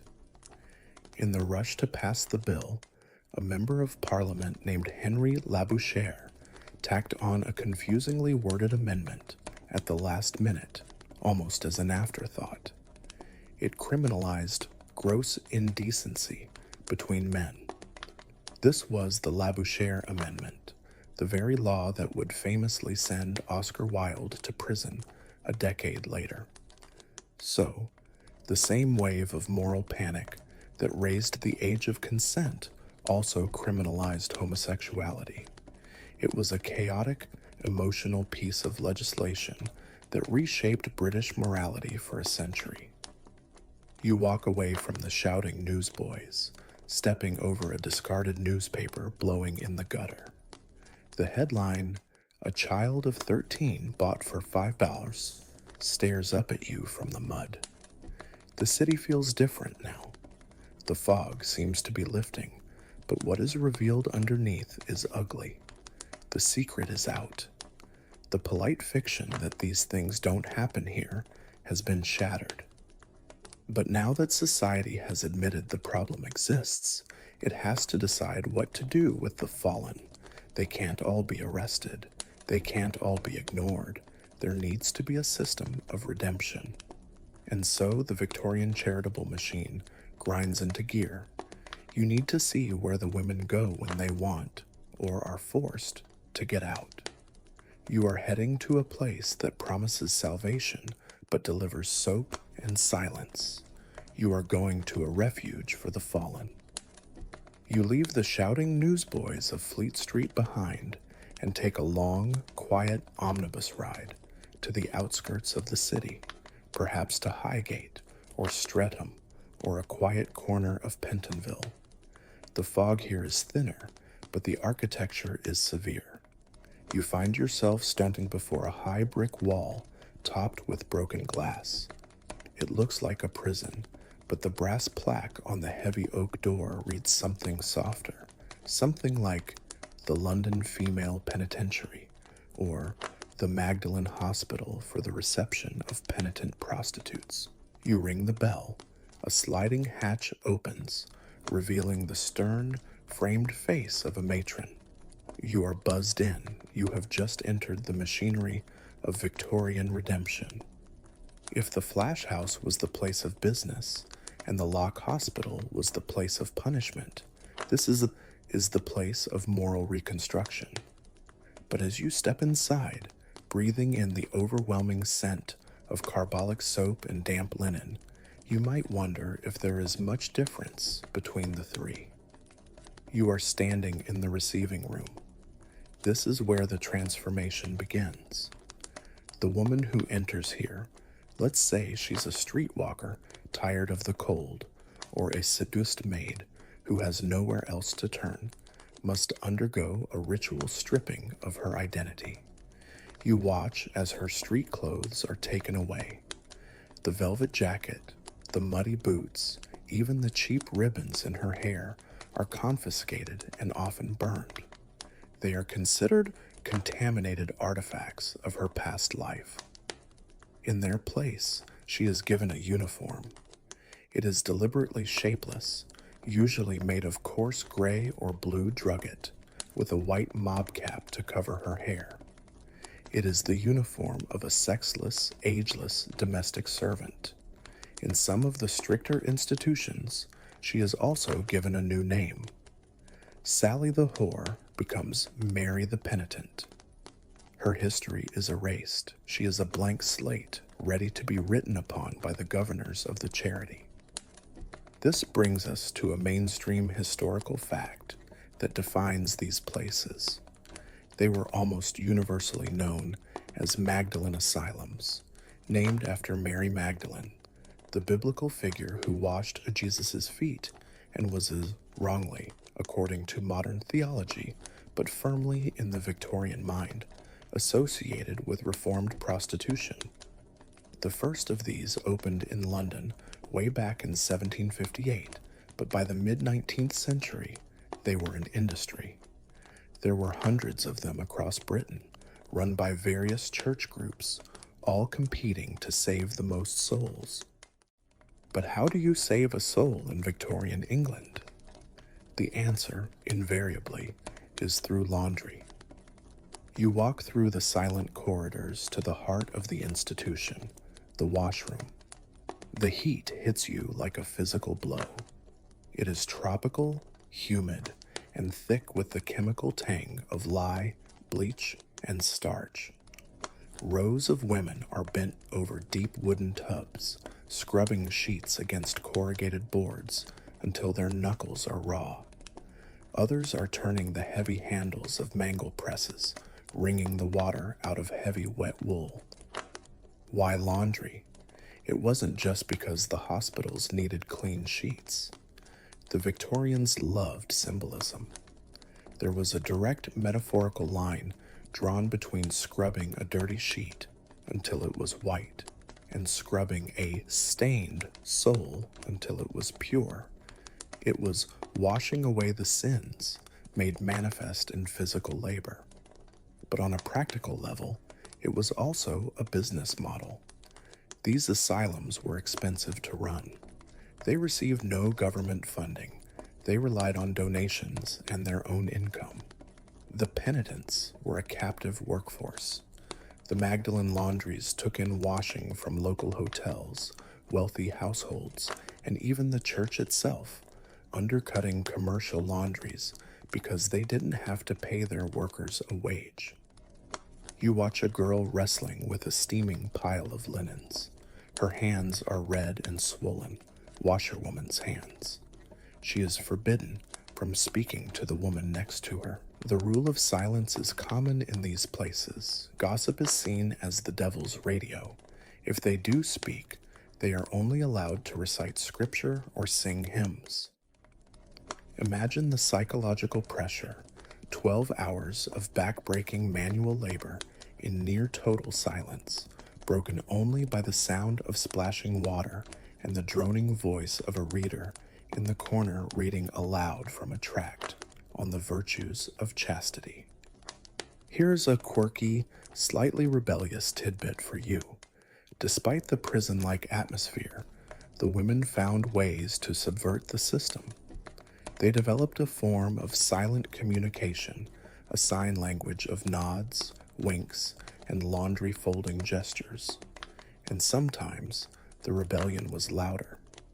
There are records of Magdalene riots.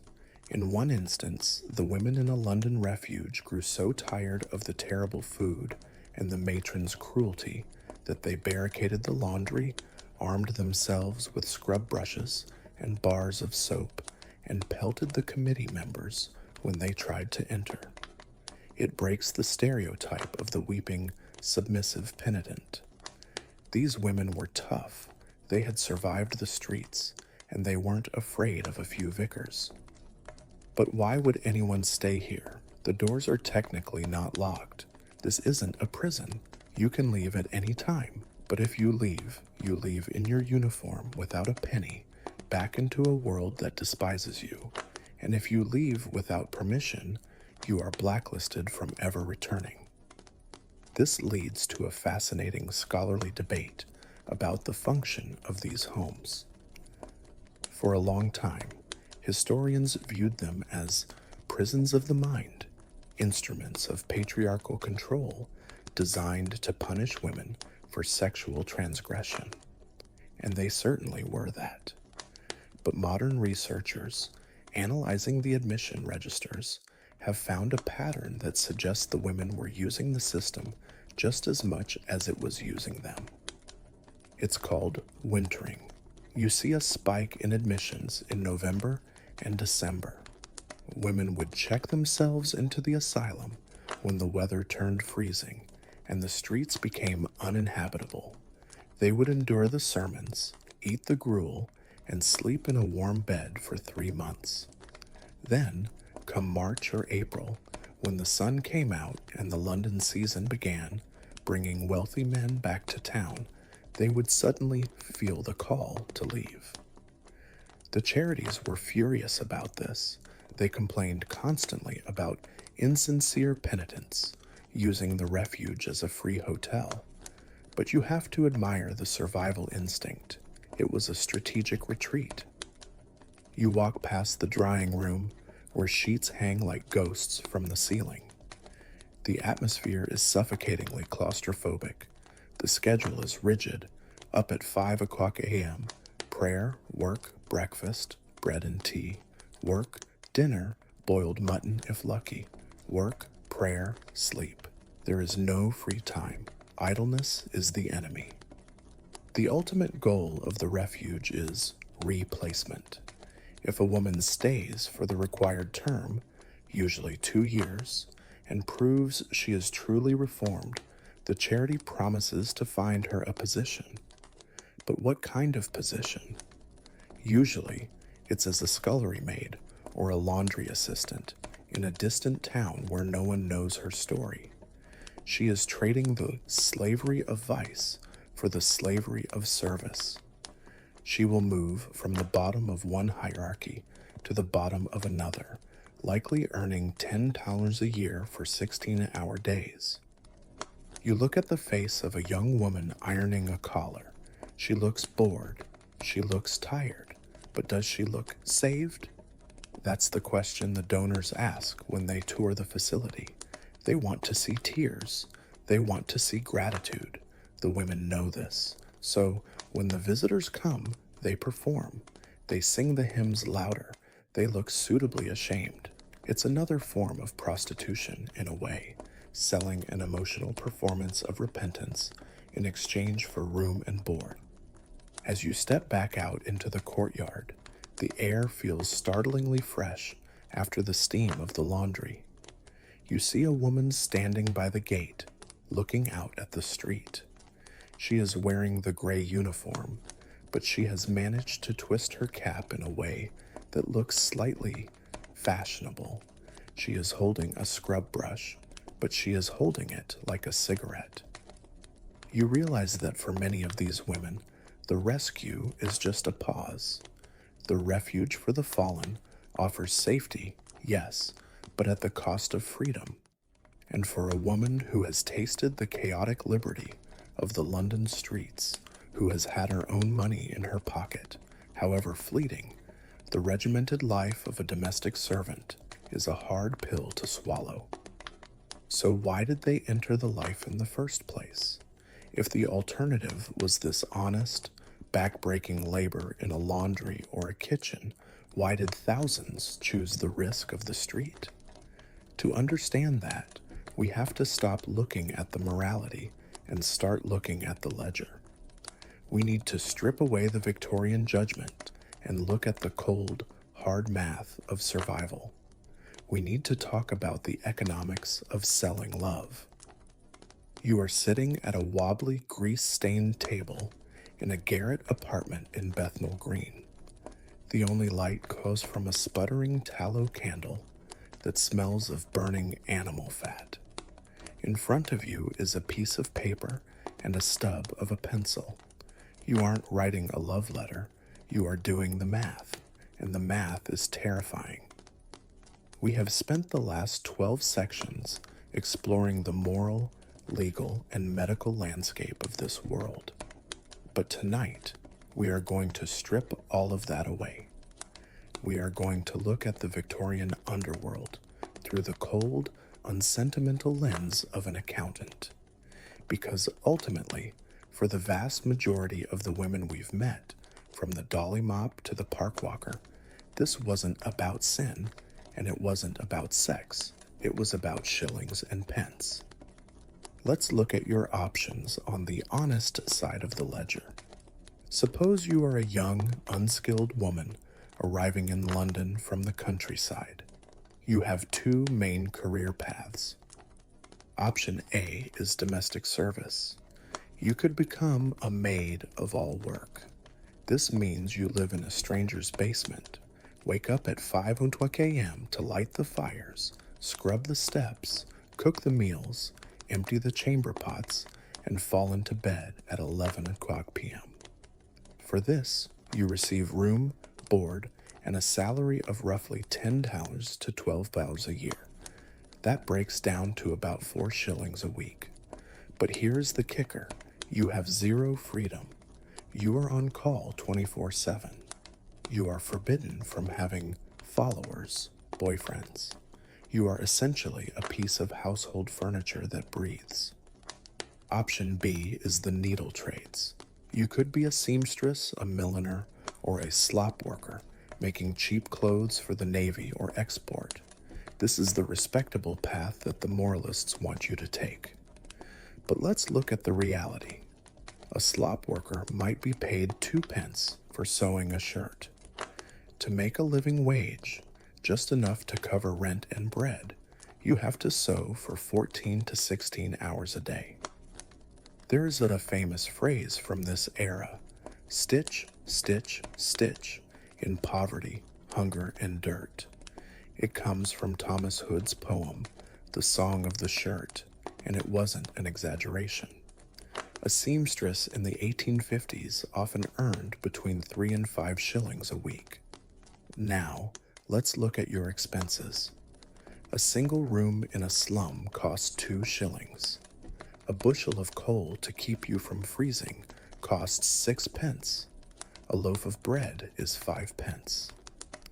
Do the addition. You are spending your entire income just to exist in a freezing room, eating bread and tea, with absolutely nothing left over for clothes, medicine, or even a bar of soap. One sick week, one slow season, and you are on the street. Now look at option C. You walk out onto the Strand at 8 o'clock p.m. You meet a clerk or a soldier. The transaction takes perhaps 20 minutes. The going rate for a casual encounter on the street might be 2 to 5 shillings. Pause and let that sink in.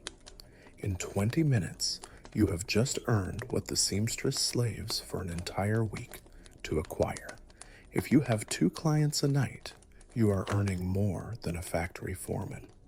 If you have a good week, you are earning more than the curate preaching against you in church on Sunday. This is the mainstream historical fact that drives the entire industry. Prostitution was, by a significant margin, the highest paying job available to an unskilled woman in the Victorian era. It wasn't even close. It was the only profession where a woman could earn a man's wage, or significantly more. This creates a massive scholarly debate that continues to this day. For a long time, the narrative was purely one of economic desperation, the idea that no woman would choose this unless she was literally starving. And for many, that was true. But modern economic historians point to a more uncomfortable reality: rational choice. If you look at the court records and the interviews from the time, you find women who could have worked as servants but chose not to. Why? Because they preferred the risk of the street to the drudgery of the basement kitchen. They wanted to buy a new bonnet with a red ribbon. They wanted to eat oysters and drink gin. They wanted to wake up at noon instead of 5 o'clock a.m. In a society that offered women almost no autonomy, the wages of sin bought a terrifying amount of freedom. Let's talk about the tallyman. This is a quirky, predatory financial detail that trapped many women in the trade. To work the streets effectively, to get the 5-shilling client instead of the 6-penny one, you had to look the part. You needed a decent dress, a shawl, boots that didn't have holes. But how do you buy a $2 dress when you have no money? Enter the tallyman. He is a traveling salesman who patrols the poor neighborhoods, selling clothes on credit. Have the dress now, my dear, and pay me 1 shilling a week. It sounds like a modern credit card, but the interest rates were astronomical. A woman would take the dress to get the clients, but then she had to keep working to pay the tallyman. If she missed a payment, he could have her arrested for debt or simply beat her. It created a cycle where the tools of the trade became the chains that bound you to it. You also have to factor in the operating costs of the business. We've seen them in previous sections. You have to pay the pavement rent, the bribe to the policeman. You have to pay the inflated rent at the flash house. You have to pay for the gin that makes the night bearable, and you have to save for the inevitable downtime when you are sick or imprisoned. But even with all those taxes, the ledger still balances in favor of the street. You look at the honest women in your tenement building. The washerwoman has hands like raw meat and a back bent like a question mark. The match girl has fussy jaw. Her jawbone is literally rotting away from the phosphorus fumes in the factory.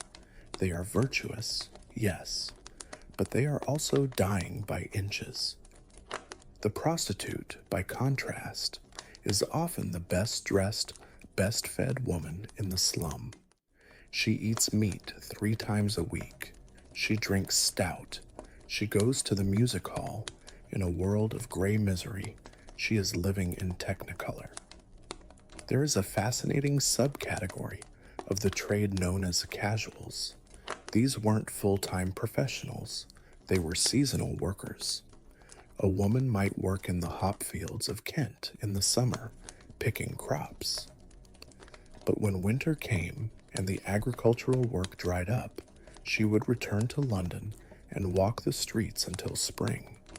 Or the weekend prostitute, a factory girl who worked honestly Monday to Friday, but walked the beat on Saturday night to earn enough for a new hat or a Sunday roast.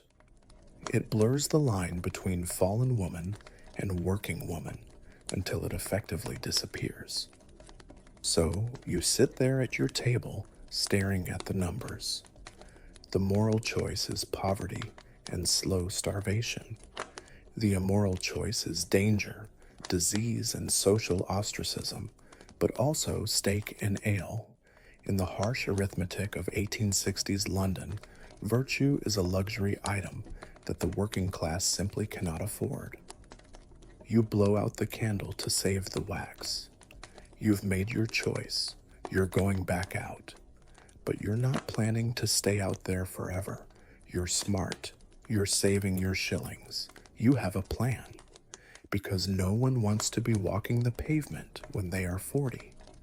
The goal isn't just to survive the night. The goal is to retire. But how does a fallen woman actually get out? Is there a golden parachute in the gutter? Believe it or not, there is. And it doesn't involve a Magdalene laundry. It involves a pub. You are standing in front of a mirror in a small, rented room that smells of lavender and determination. You are counting the gray hairs in your reflection. You are 26, maybe 28. In the brutal calendar of the Victorian street, you are entering your twilight years. The fresh girls arriving from the country are 16. The cold damp of the pavement is starting to settle into your bones in a way that gin can't quite dislodge. You know the truth that the novels won't tell you. You can't do this forever. So, what happens next? If you believe the melodramatic sermons of the time or the tragic novels of Charles Dickens, your fate is sealed. You are destined to slide inevitably down the drain, from the velvet carriage to the muddy gutter, ending your days drowning in the Thames or coughing your lungs out in a workhouse infirmary. It is a narrative of inevitable, moralized destruction. But here is the secret that polite society tried very hard to ignore. That narrative is largely a fiction. Tonight, you are going to look at the exit strategy, because for thousands of women, prostitution wasn't a life sentence. It was a life stage. It was a temporary hustle, a means to an end. And if you were smart, lucky, and careful with your shillings, you didn't end up in the river. You ended up in a semi-detached house in the suburbs with a wedding ring on your finger. This brings us to a mainstream historical fact that completely contradicts the Victorian moral panic. A huge number of fallen women simply got married. It sounds impossible to our modern ears, conditioned by the idea that Victorian men were obsessed with virginity. And for the upper classes, the bankers and the squires, that was true. A soiled woman was unmarriageable. But down here in the working class, the rules are different. The laborer, the bricklayer, the soldier, they are pragmatists. Remember the soldiers' women we met back in Section 2? Well, soldiers retire too. And when a soldier leaves the service, he often wants to settle down and open a shop or a pub. He needs a wife who is tough, who understands the rough and tumble of the world, and crucially, who has a bit of capital. A virtuous domestic servant might have saved $5 after years of scrubbing floors. A successful prostitute might have $50 hidden under her floorboards. In the economic marriage market of the East End, that $50 is a dowry that washes away a lot of sins. You watch a transaction happen, not on a street corner, but in a quiet pub. A former client, a man who has known you for years, proposes. It's not a romance of poetry and roses. It's a merger. He brings the respectability. You bring the seed money. You get married, perhaps moving to a different neighborhood where no one knows your face, and you melt back into the anonymity of the working poor. The fallen woman vanishes, replaced by the respectable landlady. And that brings us to the second great exit route, the pub. If you walk into any Victorian gin palace or public house, look at the woman behind the bar. She is formidable. She controls the room with a glare. There is a very strong historical correlation between the sex trade and the licensed trade. Many women, realizing their time on the street was ending, used their savings to buy the lease on a pub, a coffee house, or a lodging house. It makes perfect sense. You already know the clientele. You know how to handle drunks. You know how to negotiate with the police. You are essentially taking the skills you learned in the flash house and legitimizing them. This transition allowed women to move from selling their bodies to selling beer, a commodity that, frankly, had a much longer shelf life. But there is a quirkier, riskier path for those with nerves of steel. You could stay in the game, but change your position. You could become the abbess. We met the madam in section 4, the brooding hen running the flash house. But how do you think she got there? She didn't go to business school. She started where you are standing now. The transition from worker to management is a well-trodden path. It requires a specific set of personality traits: ruthlessness, a head for numbers, and the ability to terrify grown men. The bawd, or procuress, is a villain in every Victorian story, but in reality, she is a female entrepreneur in a world that allows women almost no business agency. As a madam, you are the landlord. You charge the girls rent for the rooms. You take a cut of their earnings. You sell them clothes at inflated prices. Remember the tallyman. It is exploitative, absolutely, but it is also lucrative. A successful madam in the West End could die a wealthy woman, leaving a substantial will. It is a dark feminist victory, beating the patriarchy by becoming the one holding the whip. Historians and sociologists are currently having a fascinating debate about this concept of reintegration. For a century, we relied on the downward spiral model because that's what the Victorians wrote down. They only recorded the women who failed, the ones who got arrested, the ones who died in hospitals, the ones who ended up in the Magdalen laundries. But what about the women who succeeded? They didn't leave records. They didn't write memoirs titled How I Sold My Body for 5 Years and then bought a nice greengrocer's shop in Croydon. They disappeared into respectability. They burned their old clothes, changed their names, and buried their pasts. Modern historians, by tracing census data and marriage certificates, are starting to realize that the fallen woman was often just a temporary identity. It was a phase, not a definition. There is another exit strategy, one that involves a ship. In the mid-19th century, there was a massive gender imbalance in the colonies. Australia, Canada, and New Zealand were full of men, gold diggers, sheep farmers, pioneers, and desperately short of women. Here is a strange, fringe historical tidbit. There were charities and even government schemes that subtly encouraged fallen women to immigrate. Of course, they had to go through a purification process first, usually involving a lot of laundry, as we saw, but once they were declared reformed, they were put on ships. Imagine the scene. You are standing on the deck of a clipper ship, watching the gray smog of London recede into the distance. You are holding a ticket that cost you your life savings, or perhaps it was paid for by a charity like the Female Immigration Society.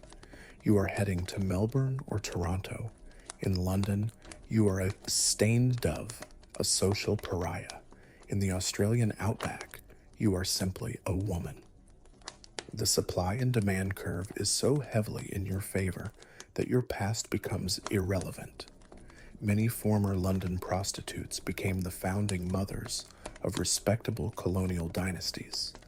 They reinvented themselves in the New World. So, as you check your reflection in that cracked mirror, you realize you have choices. You can marry the drayman who drinks at the corner pub.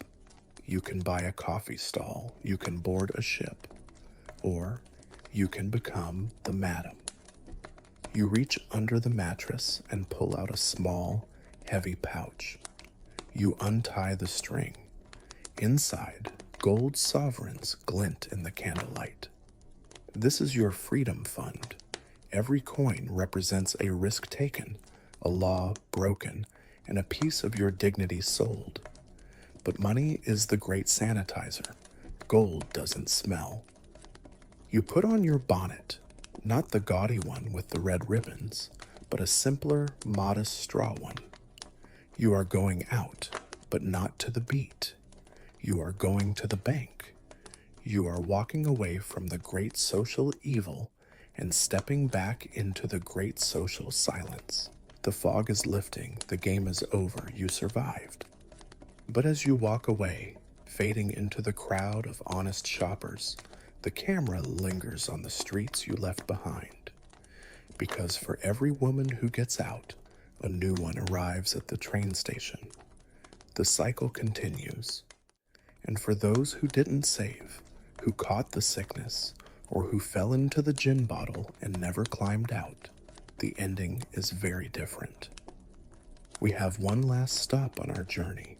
We need to visit the place where the lights finally go out. We need to pay our respects to the shadows that didn't make it to the suburbs. We are going to the pauper's grave. You have made your choice. You have walked away from the flickering gaslight of the flash house and the cold commerce of the street. But before we leave this world entirely, we have to pay a visit to those who never found the exit. You walk south, crossing the river to Southwark, away from the respectable villas and the bustling markets. You find yourself standing before a set of rusted iron gates on Red Cross Way. This is the final resting place for the women who ran out of luck, out of time, and out of friends. This is Crossbones Graveyard, the burial ground of the outcast dead. It is a quiet, desolate patch of earth. In the Victorian era, this place was notorious. It was unconsecrated ground, meaning it hadn't been blessed by the church, because the church viewed the women we've been following, the Winchester geese as they were historically known in this borough, as sinners. They were denied a Christian burial. They lived on the margins of society, and they were buried on the margins of the parish. You look through the bars. The ground is uneven, humped and bumpy. That isn't just landscaping. It is the result of overcrowding. By the time this graveyard was closed in the 1850s, it was estimated to hold 15,000 bodies in a space meant for a fraction of that. It is a literal mountain of forgotten lives. You might expect this to be a place of horror, but in the moonlight, it feels strangely peaceful. It is a sanctuary of silence in a noisy city. The struggle is over here. The rent is no longer due. The tallyman cannot collect his debts. The police cannot issue a move-on order. For the woman who spent her life walking the pavement until her feet bled, this rough patch of earth offers the one thing, the the city never gave her: rest. Let's look at the reality of the pauper's funeral. If a woman died in the workhouse or the lock hospital without family, the state took over. It was a bleak affair. The body would be placed in a cheap, unpainted coffin, often made of thin pine or even wicker in some periods. There was no hearse with plumed horses. There was a handcart. There were no mourners, just the grave diggers anxious to finish their shift. But here is a touching, quirky tidbit that speaks to the solidarity of the streets: the friendly lead. This was a tradition in the flash houses and pubs. If a popular girl died, her friends, the other prostitutes, the costermongers, the thieves, would organize a whip round. They would hold a benefit night at the local pub, passing a hat around to collect pennies and shillings. The goal was to save her from the indignity of the pauper's grave. They would pay for a proper coffin, a hearse, and a decent plot. It was a final act of defiance against a system that treated them like refuse. They insisted on dignity in death, even if they couldn't find it in life. You notice something tied to the iron railings of the gate. It looks like a ribbon. Even today, people come to Crossbones to tie ribbons, feathers, and tokens to the gates in memory of the single women. It is a spontaneous modern shrine to a Victorian tragedy. It connects you, standing there tonight, with the history of 150 years ago. It suggests that while these women were outcasts in their own time, they haven't been entirely forgotten. This brings us to the final mainstream historical fact: the romanticization of the fallen death. Victorian culture was obsessed with the idea of the beautiful, tragic death. Think of the opera La Traviata or the novel La Dame aux Camélias. In fiction, the courtesan always dies of consumption, tuberculosis, looking pale, ethereal, and beautiful, surrounded by weeping lovers who forgive her everything as she takes her last breath. It was a cultural script that tried to redeem the sinner through suffering. But historians argue fiercely about how damaging this narrative was. By turning the death of a sex worker into a beautiful tragedy, society avoided looking at the gritty, preventable causes of that death: poverty, lack of health care, and mercury poisoning. The beautiful death was a lie that made the upper classes feel better. The reality you see in this graveyard is much starker. It wasn't operatic. It was quiet, lonely, and often caused by the very cure, the mercury, that was supposed to save them. You see a shadow moving near the wall. It's an old woman, truly old, perhaps 60, selling matches. She is the survivor who didn't marry and didn't emigrate. She has moved from the trade to the very bottom rung of the ladder. She isn't a fallen woman anymore. She is just invisible. She doesn't ask for much, just a penny for a light. In her eyes, you don't see regret. You see a terrifying resilience. She has outlived the Queen's censure, the spy police, and the lock hospital. She is still here. As you turn away from the gates of Crossbones, the fog begins to roll in off the Thames, thicker than before. It softens the hard edges of the tombstones. It blurs the line between the living and the dead. You realize that the great social evil was never really about evil. It was about survival. It was about women navigating a labyrinth designed to trap them, finding loopholes, forging communities, and sometimes, just sometimes, winning the game. The city is sleeping now. The roar of the traffic has faded to a dull hum. The gaslights are dimming.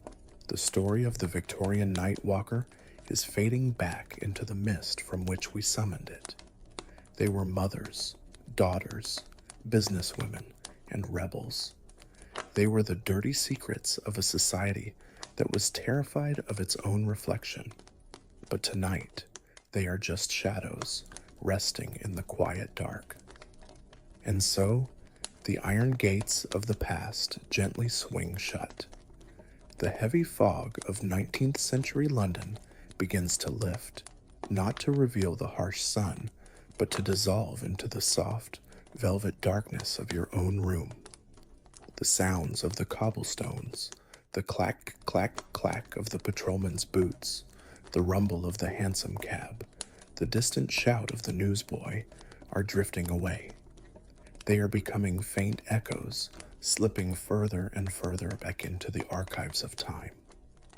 You are no longer standing on the cold, wet corner of the Strand. You are warm. You are safe. The only gaslight flickering now is the imaginary one in your mind, and even that is slowly being turned down, lower and lower. The frantic energy of the flash house has settled into a deep, abiding silence. The struggles of the day, both yours and theirs, are finished. Take a deep breath. Can you feel how much lighter the air is here? No smoke, no soot, just the cool, clean rhythm of your own breathing. In and out, the complexities of the Victorian world, the hierarchies, the rules, the ledgers of shillings and pence, are all closed books now. They don't need to be solved tonight. Imagine the River Thames, not as a busy highway of commerce, but as a slow, dark ribbon of water, flowing steadily out to a wide, calm sea. It carries away the stories, the noise, and the worry, leaving only a sense of stillness behind. The city sleeps. The history sleeps. And now, it is your turn to drift along that quiet current. Let your shoulders drop. Let the tension unravel like a loose thread.